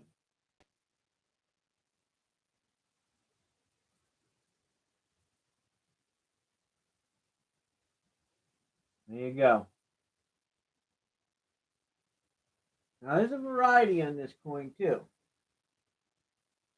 I'm going to show you where it is, but it's not. Somebody didn't pay for the variety, but I seen the variety. It's right here. See that van right there? That dot where the die hit it, right there, and right over here on the other side. Absolutely. Here's a big dollar coin. Yeah, I'm selling it. Starting bid's $150. We ain't playing around with this bad boy. This is an MS-62 Proof Like 1882S.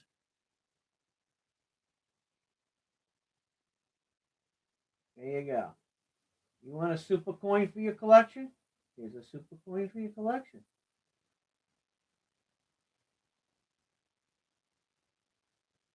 There you go.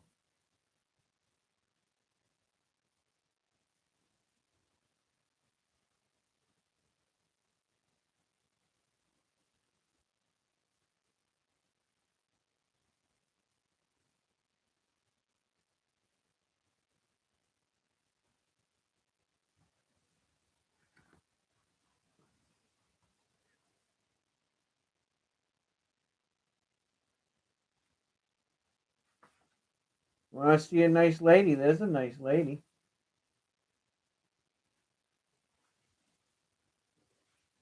There you go.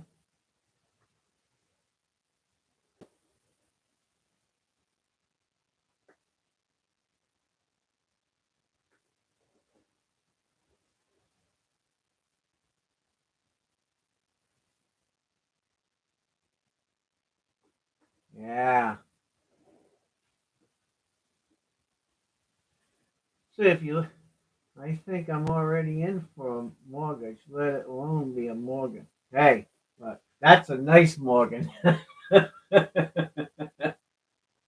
There's a nice Morgan. There's a nice Morgan with, I think there's a couple varieties on there, a couple of bands.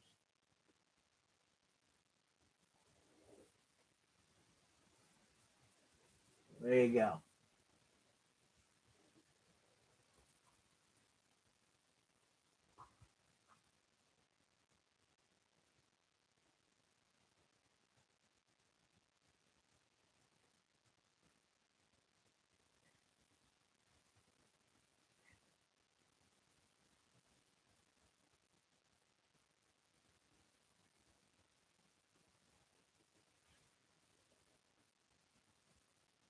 Now, I want to explain something to you. And I'm going to show something to you like I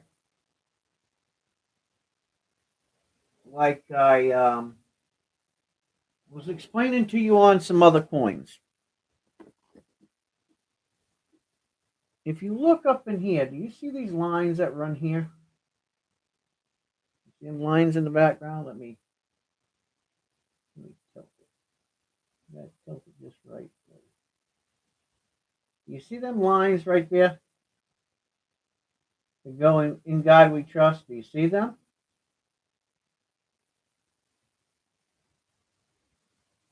Now, I was telling you when they was pulling the metal through that skirter or whatever the heck it was called, you get those lines in there. You see them? Them are not scratch marks. That is not cleaning. They call them pull lines. And this is a great specimen to show you that's what they are.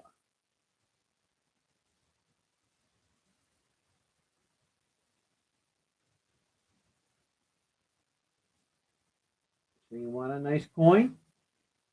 Something to be proud of? There you go. And if you look over here, there's another thing going on over here. See it right there? Right here. See it? So this coin could go back in for the varieties too. Somebody didn't pay to have the variety done on this coin.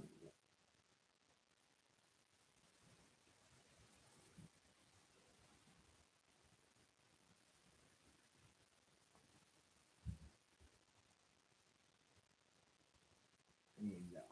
There's a nice.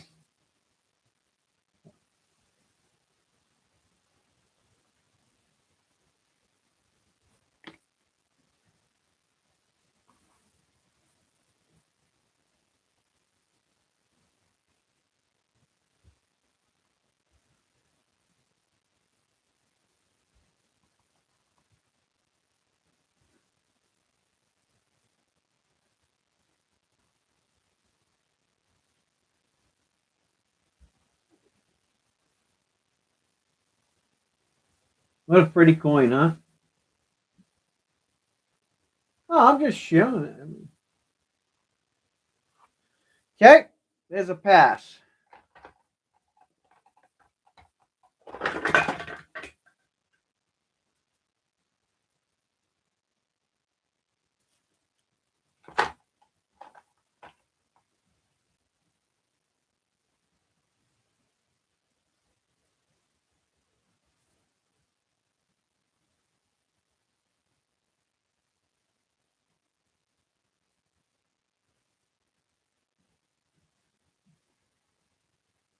Do, do, do, do, do. Do, do, do, do, do, do.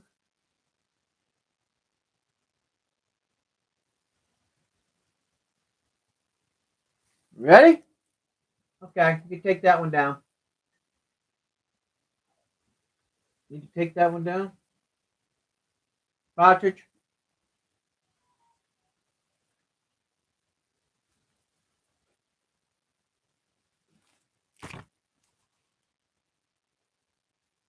Did you take the last one down?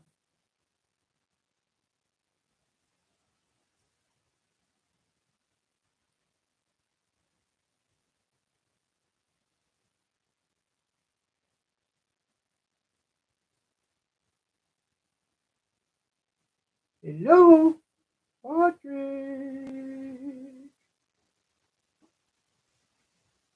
Hey yo, hey yo. Hey yo.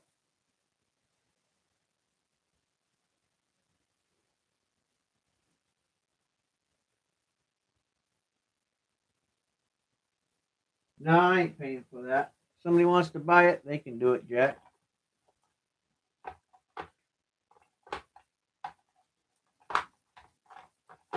I just put certain coins in here that is my collection. I mean, I can put it in my collection, but I already have one in my collection. So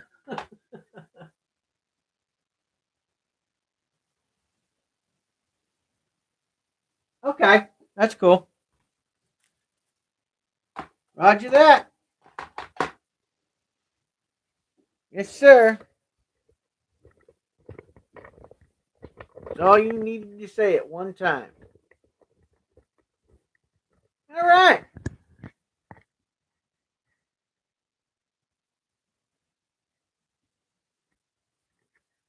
Anyway, oops.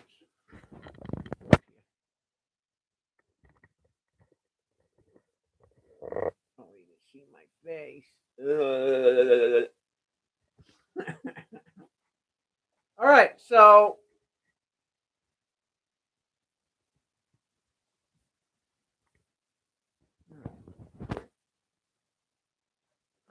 you guys can't see my face. All right, here we go. All right, am I focused in? Is that good? Can you guys see? Oh, I gotta take these glasses off. Oh, I got the wrong set of glasses on. No wonder why. Where's my other glasses at? Oh, there they are. Whew. All right. So, is which call it still here? Is JC likes Pam still here? No. No. Don't worry about it. Is JC likes Pam still here? I just want to explain to him what's going on so that he knows what's going on. Does he know about these prizes over here? Do you know about these prizes over here, JC? Likes Pam? Do you know about these prizes over here? Do you know about them yet? That's on this table? Have you been following me to know what's going on with them?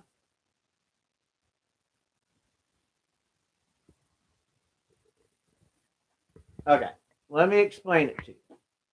So what's happening here? Oops, let me. So this is what's happening. So there's a $50 entry, $100 entry, $150 entry, a $250, and a $500 entry. And how this works is like this: as you purchase from now until the second week of December, okay, everything that you buy and accumulate over that time period goes into certain sections, and I'll explain. So if you spent $50 a night, then your name automatically will go into at the end of the auction. Generally, the guy that takes care of that is Dove. Dove is taking care of who's who. But he can go back and watch what I sold, and he'll know. What happens is you spend 50, then your name will go in the 50 section. You spend 100, accumulation of 100, then your name will go in the 50 and the 100. And then as you move up and you spend 150 or 200 or all the way up to 500, your name will go in each one of those sections. Once you reach 500, if you go up to 550, then you'll get your second time your name will go in to the $50, and it starts all the way again, all the way up. And that's how you get your name into each section 2 times. So the more you spend, the more times your name will go into each section. Okay? And then your name can be drawn. Now, here's how this works. There's multiple prizes in each section. Okay? Once your name, if your name is called from a section, right, then your name goes out of that section, you win that prize. Okay? I'll pick a prize from that section, whatever it may be. Okay? I'll pick a prize from that section. And then if you win, then your name is out of that section and we move on. But if you have your name put in there twice, you still have another chance to win another prize out of that section. You understand what I mean? Are you following me here? So if you got your name in the pool for each section once, you have a chance to win a prize in each section for however many prizes are in that section. Now, like the big prizes are a circular saw, a drill, and a guitar. Okay, so in the $500 lot, there's 3 prizes. And if somebody has their name in there 2 times or whatever, they could win 2 prizes. Because if there's not a bunch of people in there, you got a good chance of winning a couple prizes. Now, there's one name in there already. That's CLMK. She's already got her name in that pot. So she's guaranteed, unless somebody else comes up in there, to win one of those prizes. Okay? So, it's really simple. So, as people spend more, they get their name put into different pots and they progress. And then once they get to 500, it resets and your name can go into each section again. So you have a chance to win not one time, but multiple times. And I want all these prizes behind me. If you look. Okay. Go all the way over there. Up there. So anything on this table has either been donated by myself or another family member or a friend of the channel or a congregational member of mine has donated the stuff that's on the table. They wanted to help me out with what I do for charity for the kids and families, local families, like I've been doing for a long time. Then I give to different organizations, right? So last year we gave to Pastor Chip, First Baptist Church. He knows I'm a pastor, but my congregation is mostly all online or by text messages or by phone or video chat. I like to be the sole leader of what I do in my congregation. I don't have any problems with churches if people like to go to a physical church, but I find it to be very complicated sometimes. And sometimes people don't have the amount of money that they need to keep the lights on, to pay the mortgage, to pay the taxes. And oftentimes, if they're given to do that, they don't have the extra money, right, to give to help with charity stuff. So because of that, I thought it would only be best to do it this way. Maybe in the future, if I have enough people that come on board that want to have a big church, start a church together, and they're all like-minded like myself, then I'll address that. But for right now, this is what works for me. I've been an associate pastor, and I've filled in for pastors over the past, 20 20 odd years of being a minister, and it can become complicated.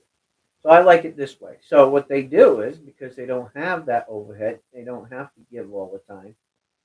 Um, they do things like this, and it helps us help other people. So it's a great thing, and I like the way that I do it. I enjoy it, and they enjoy it because I'm not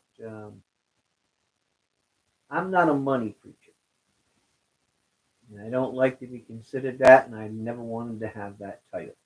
So I think this works out best when we really need to come together and do things. Um, as you can see, they like what I'm doing, so they donated. So there we go. And who reaps from that? You guys, the guys that are helping, the guys who purchase things. My family and friends, and that's what I consider you. So anyway, and everybody's a win-win, right? Winner, winner, chicken dinner. You buy things, you help people out, you get something back in return. What a wonderful thing. Right? The only thing is if you win something from the table, you're responsible for the shipping. But the gift is absolutely free. So keep that in mind. Alrighty? Cool. There we go. I got it out. I figure if I say it enough, then everybody will pass on that information, what we're actually doing from now until the second week of December, and have all kinds of prizes going out, right? So the second week will be the last week that I'll have an auction for selling things. And then the very next week, um, I'm going to be doing the drawing. So the third week of December, I'll be doing the drawing. Okay? Sounds good.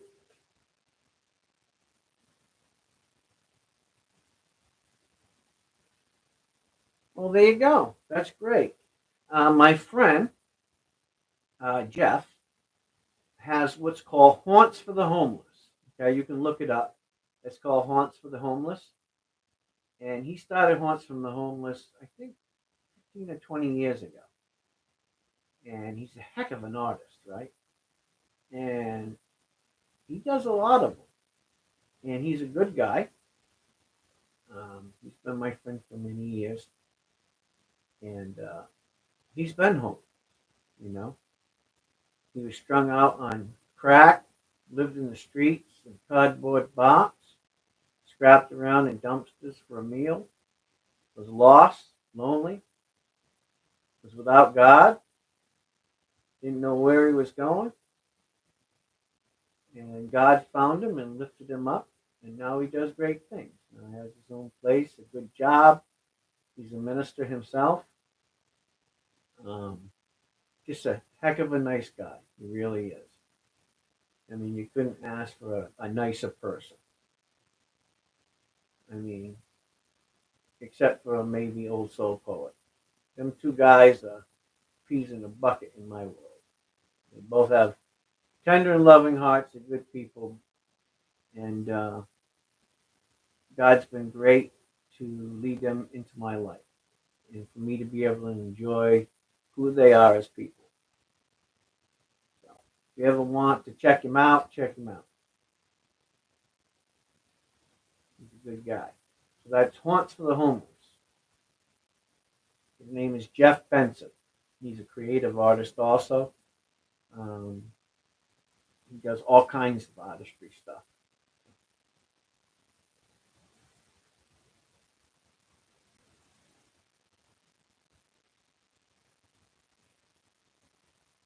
I still haven't figured out a way to give away the 1 grand.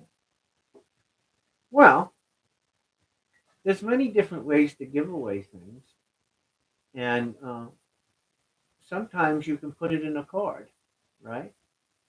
So um, maybe there's somebody that a little kid, right? You want to get them into coin collecting, or or maybe stacking coins or stacking silver, right? And as a little thank you, maybe somebody does something nice for you. You put it in a card and you give it to them, and that's the beginning, right? And they'll always remember their first coin. They'll always remember their first silver. Kids don't forget that stuff.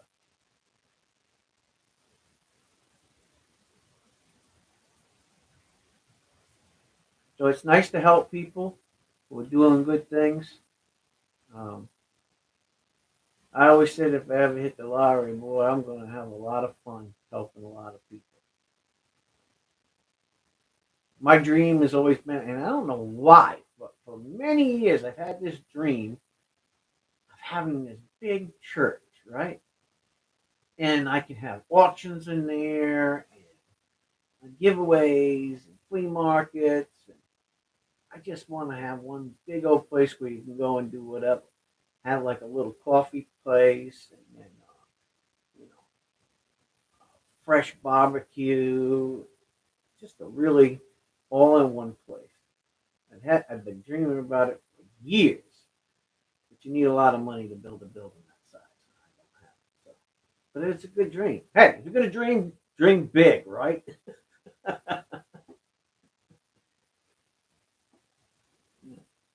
I always said, if you're gonna dream, dream big. You know?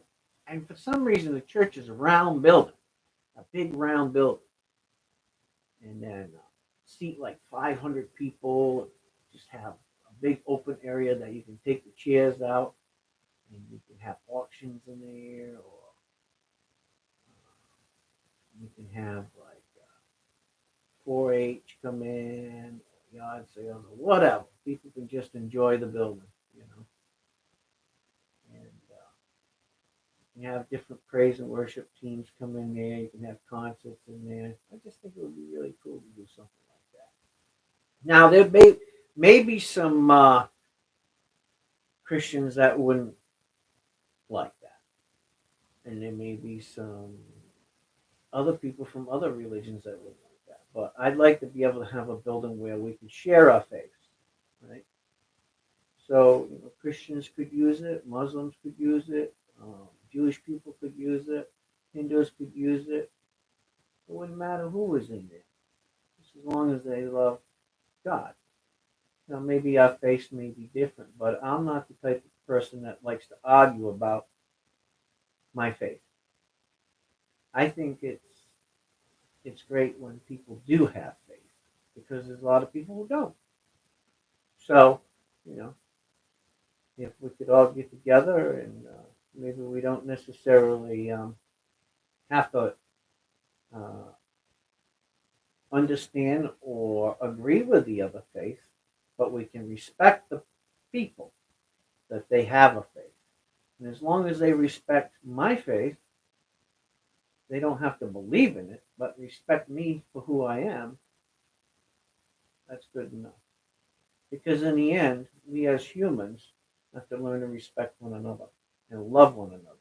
That's the principal tenet of any major religion is love. Love and be kind to one another. And if we can learn those simple things, we'd have less wars and less controversy about what the title is for our faith and why we're right and everybody else is wrong. I think that you know that's something that's personal what you pick for your faith, and you have to really and truly believe that. Some people join faiths because they're lost, and somebody in that faith came to them and helped them out, right, and put them back up on their feet. Was it the faith that did that, or was it the individual that did that? And sometimes you got to ask yourself those questions. I have friends who are Muslim. I have friends who are Jewish. I have friends who are Hindu. They're still my friends. I don't particularly agree with their individual faith, but that doesn't mean that I don't like them and I don't love them and respect them. We just don't have conversations about our religion. That's all. And what we believe in. Sometimes we do, but we don't argue about it because we find that to be pointless. So,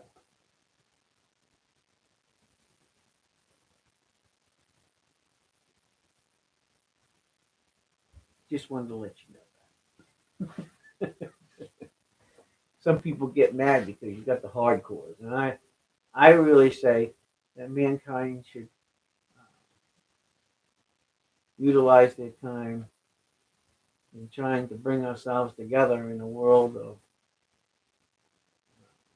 deceit, and conniving, and lying, and cheating, and spite, and all of the other things that are going on in the world, and try to make it a little more peaceful.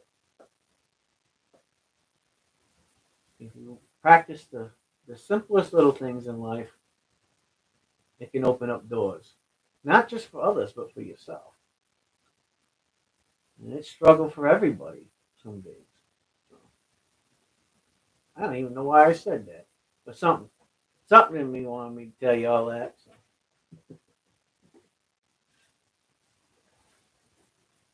So next Thursday, well, this Thursday coming up, we'll have another little auction, I guess, according to Old Soul Poet. So maybe both of us will be on.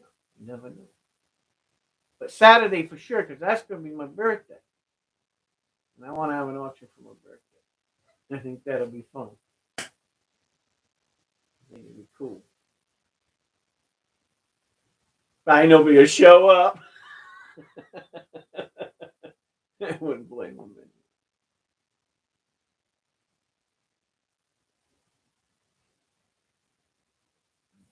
Meant to be said. Probably. Probably. You know, every pastor, every minister chooses his own path and his own road. And I think sometimes ministers and pastors, they get caught up in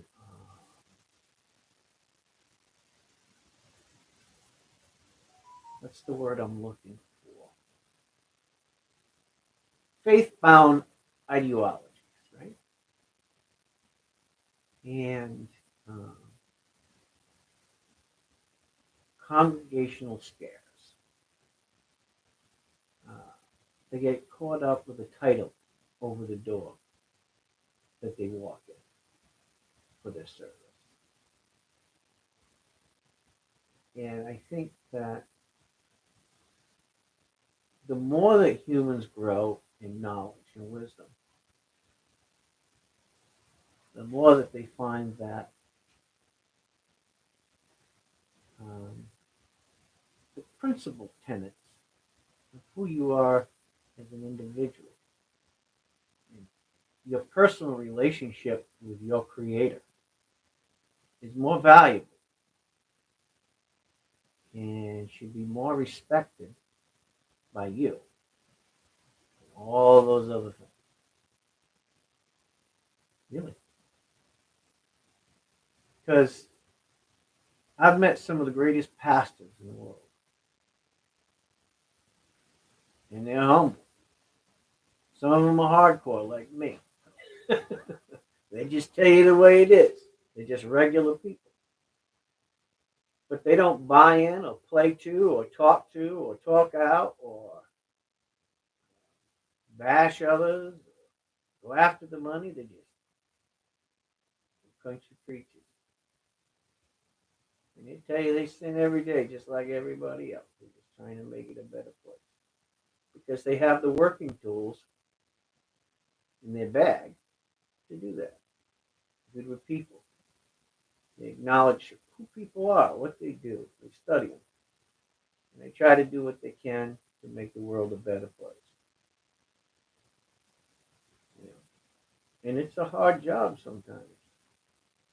It really is. It's not easy.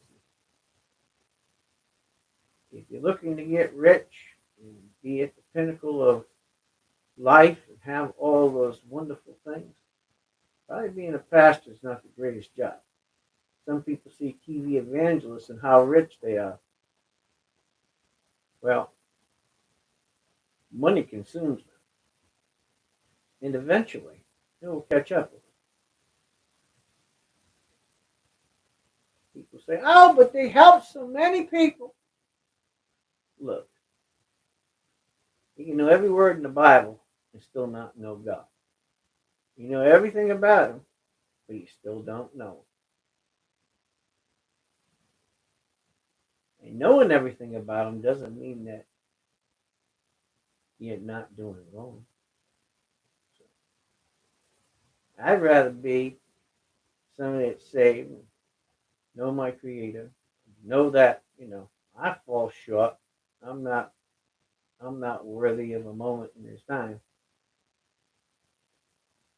rather than to be better than thou. Right? That's the kind of person I am, and that's the kind of preacher I am. I don't need a bunch of sheep for a flock. I need a bunch of equals. I need a bunch of regular people. We're all on the same journey. We're all on the same path. And that's just how I like to lead. And that's it in a nutshell.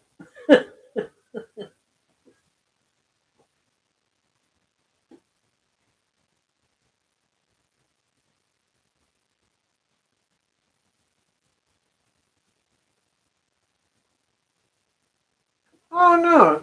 Look, I love having my auctions, and we do what we can when we can. I just make it available.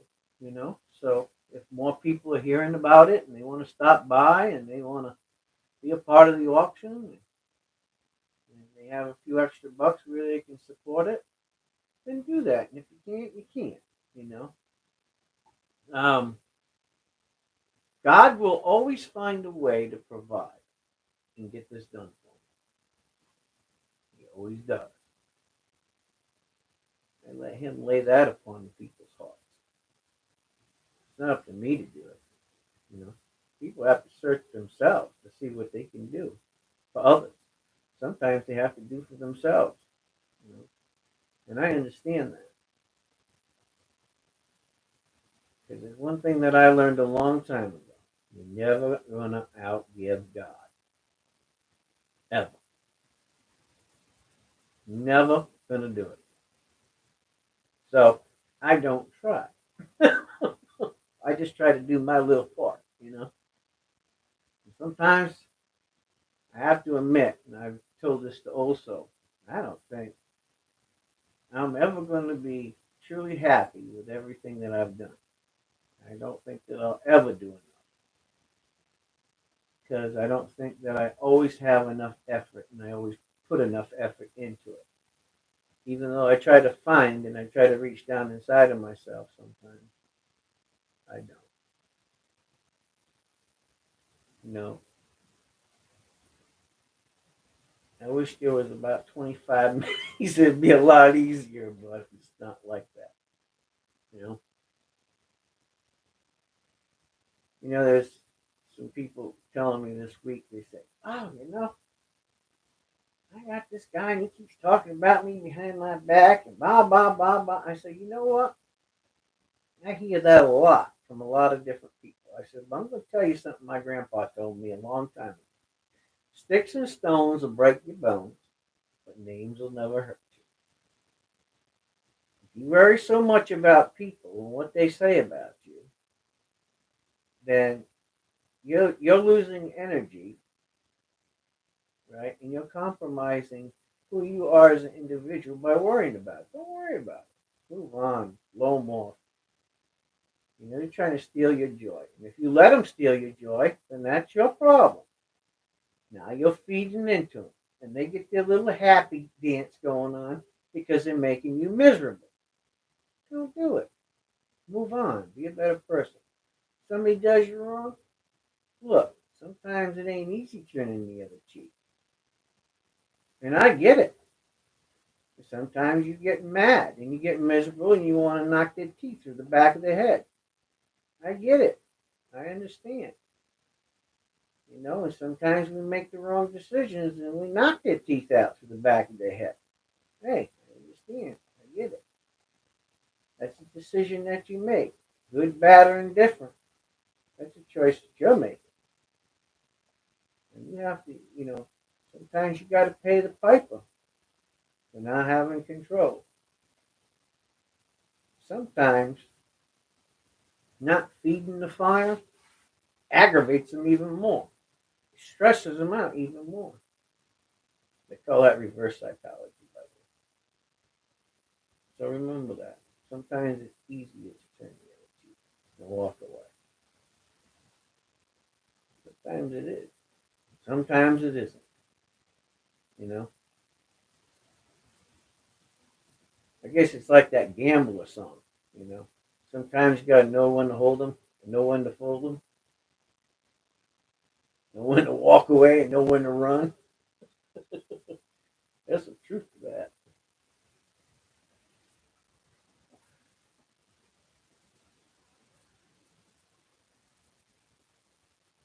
That's it. Yeah. They're just running their lips. You know, when people don't get their own way, sometimes they're like that. If you notice that. Whining, right? Drama queens. Always gotta stop crying. I don't understand it. I've seen it in the church too. You know, that's why I always said there's a difference between God's people and church people. You got the nosy bodies that are always into other people's business. You got the crap stirrers. Then you got the people who are trying to always outgive the other individual. But I gave $10,000 last month to keep the lights on. What did you do? Well, I gave $1. I still gave something. That's all I had to give.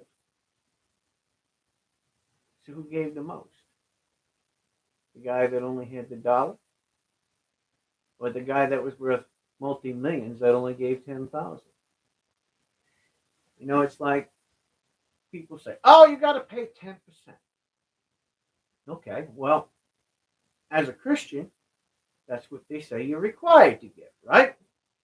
Required 10%. So did you really give anything? Because you ain't gifting until you go above the 10%, right?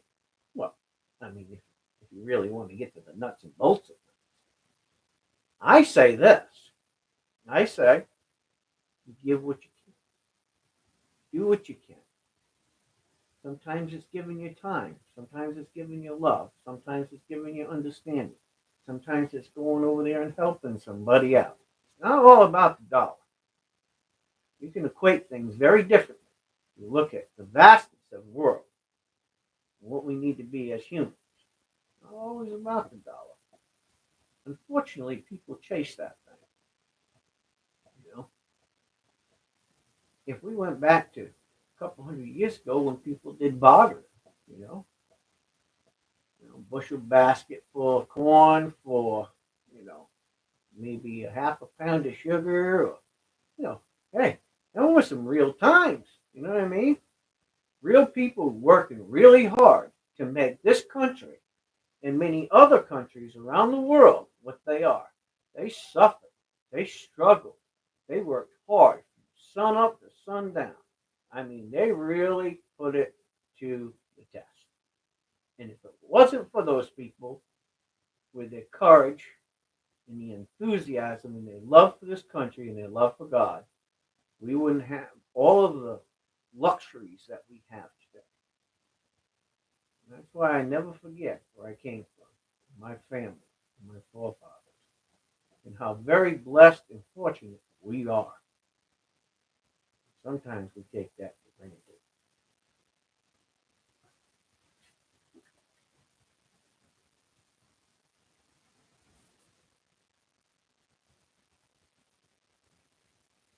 Feet don't fail me now.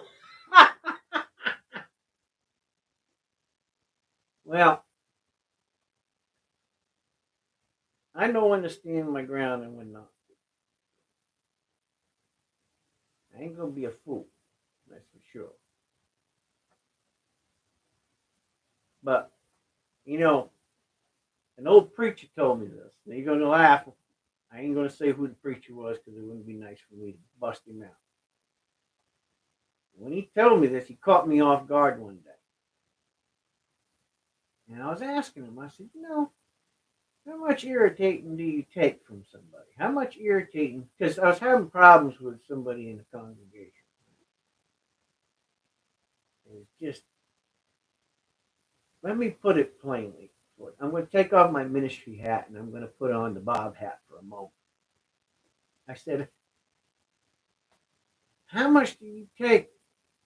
How much crap do you take? He goes, well, you want me to tell you how I think about it, Pastor Bob? I go, yes, I sure do. I need some of your wisdom. He says, I ain't going to take somebody shitting on my back porch one more time.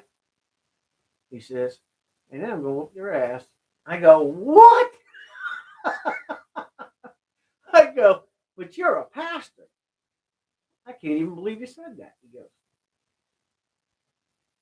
and he had a big old chaw because he used to chew red. He went, in the spit tune. He goes, I'm still a man. It ain't Jesus. It ain't no fool. He goes, you do it once. Shame on me. Do it twice. Shame on you.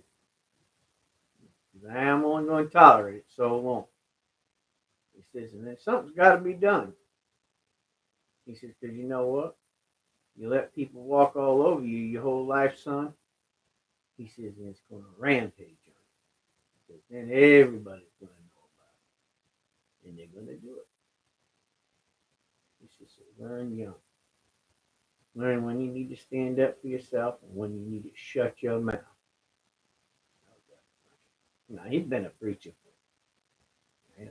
for 40 years or something like that. I don't know, a long time.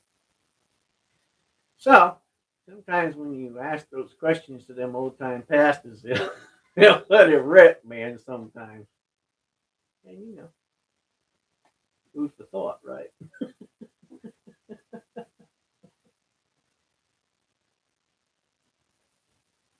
All right, Robinson, take care. God bless. Have a good night.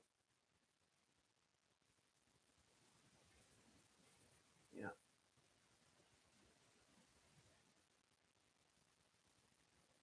I think what gets me most, you guys are going to laugh when I say this, is the weekend Christian, right? Only a Christian on Sundays or Saturdays. I'm like, what happened to the rest of the week? Are you on vacation from it the rest of the week?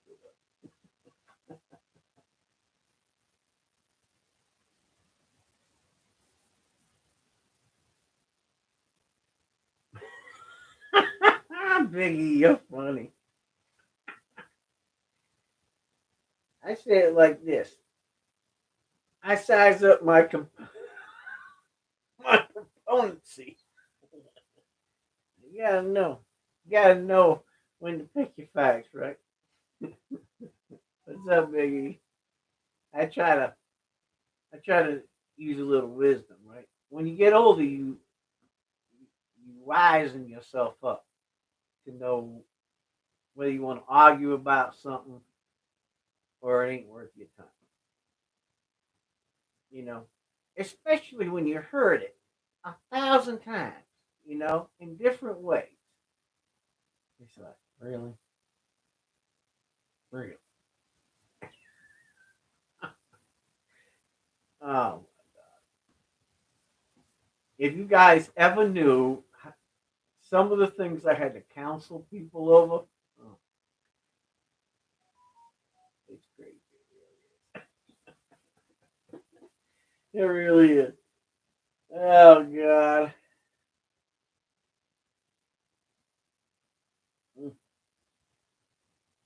I preach. Now, I'm an American Baptist. I'm a licensed American Baptist minister, right?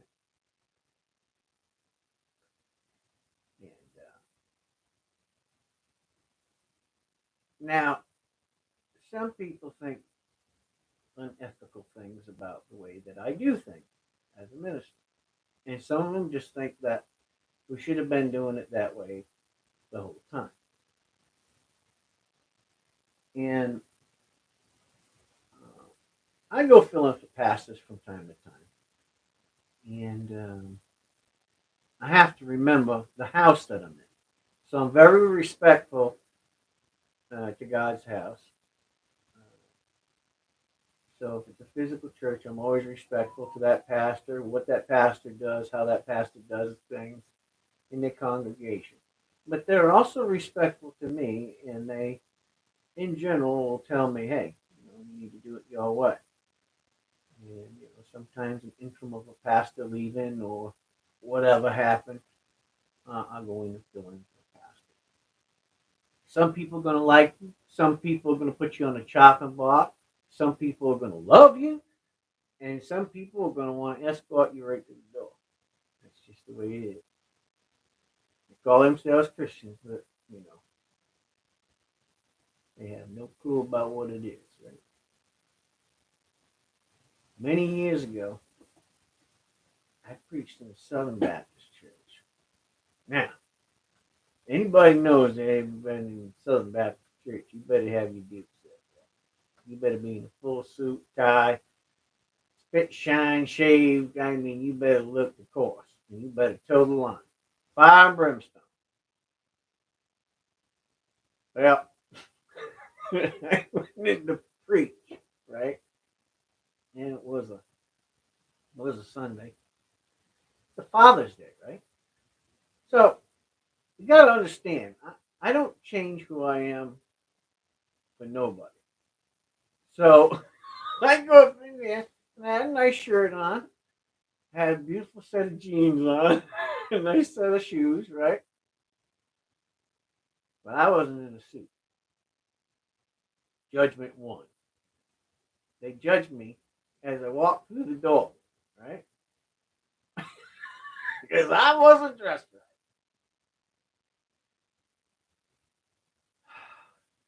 And I wasn't stern, right?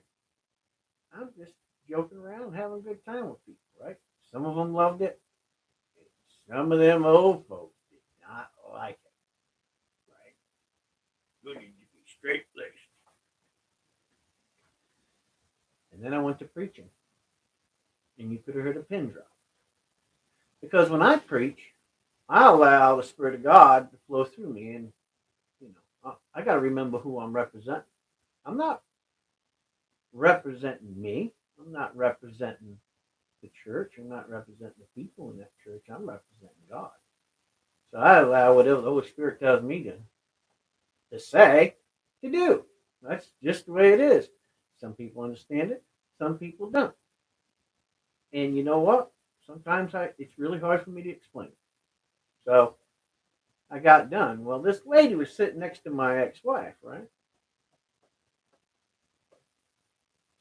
And she's yakking. I can't believe you dress like that.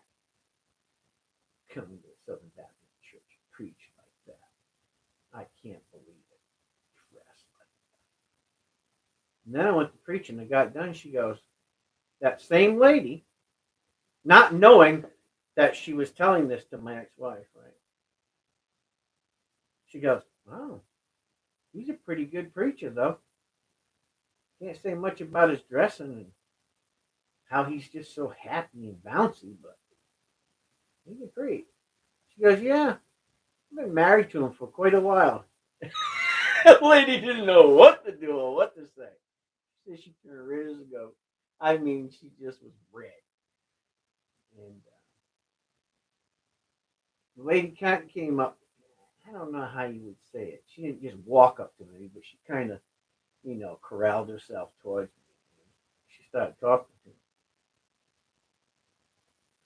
But if you think she admitted it to me, no, she didn't. Yeah, quite the story, but you just never know. You just never know. I met some guys. We had another old pastor Bob that lived here in Rhode Island many years ago. He used to run his dog coon hunting, right? People used to say, "Here's old Pastor Bob. Here he comes again, going through everybody's backyard." He was something else. He was. People used to say, "He's a preacher, but boy, he does some odd things." Well, we're not perfect people. White people think that we're supposed to be perfect and on a pedestal, but they do.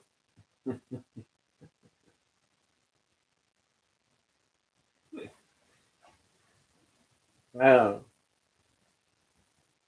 it's nice when you don't have to worry about making a meeting. I can tell you that.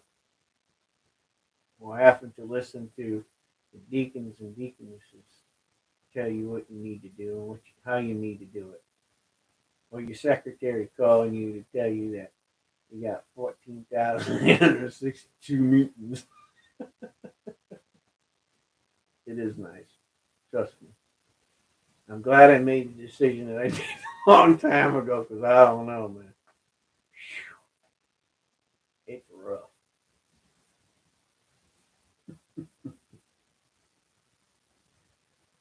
Oh my god. What time is it anyway? 9:59. Oh, smack. It's still early, huh? Yeesh.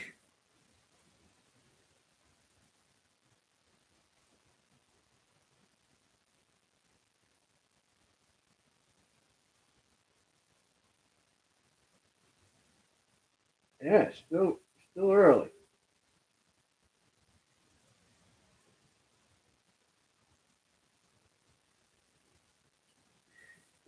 I've been working on this idea, right? And if you guys can think of anything, you let me know. So I always wanted to get a drum sander, right? We're moving from religion to sanders. So if you ever worked in the shop or wood shop or whatever, those big drum sanders, they're thousands of dollars, right? Big ones. So I've been thinking, and that's a scary thought, by the way. If I could get, those rollers that they have for, um, boxes or in big industrial areas, yeah, you roll down, the rollers on a heavy duty roller sections. I'd like to get some of them. I think that if I could get a couple of them heavy duty ones, I could put one of those inside of something else, right? Like plastic or something, PVC plastic or something, and then make it so that I can put some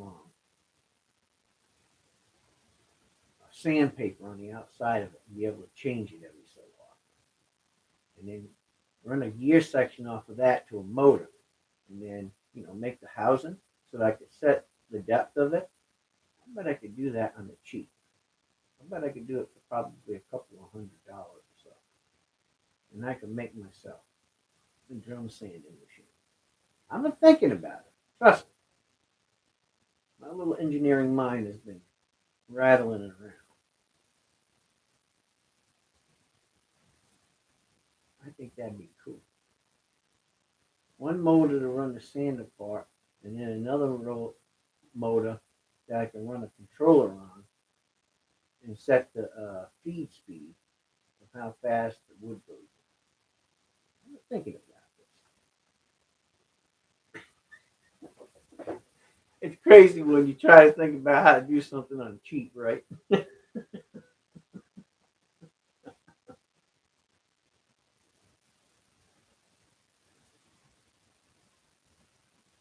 Oh no, go ahead.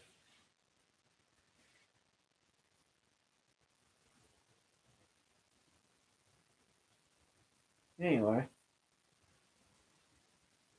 I hope you guys seen my video on the boxes and stuff that I'm making. I'll be bringing them to the channel here pretty soon, within the next couple of weeks, hopefully. So I'll be selling them. At least I'm going to try to sell them. I've been putting a lot of work into them. I hope that you guys appreciate them enough to buy a few of them. You know, I can make stuff like that and sell it on like eBay or Etsy. My question is, will they appreciate it like friends and family do? It's a lot of work that you put into stuff for so little that you get out of it, right? A lot of work, man. And I appreciate that. I try, man. I tell you, it's a lot of work. A lot of stress. But hey, something to do. I got some knives coming too, and I got some other stuff that I'm doing too. But never seems like there's enough time, because I only do stuff for so many hours a day. I can't do it all day long. It just wears me out. Wears me thin. Maybe I do a video on my forging these days too. We'll see.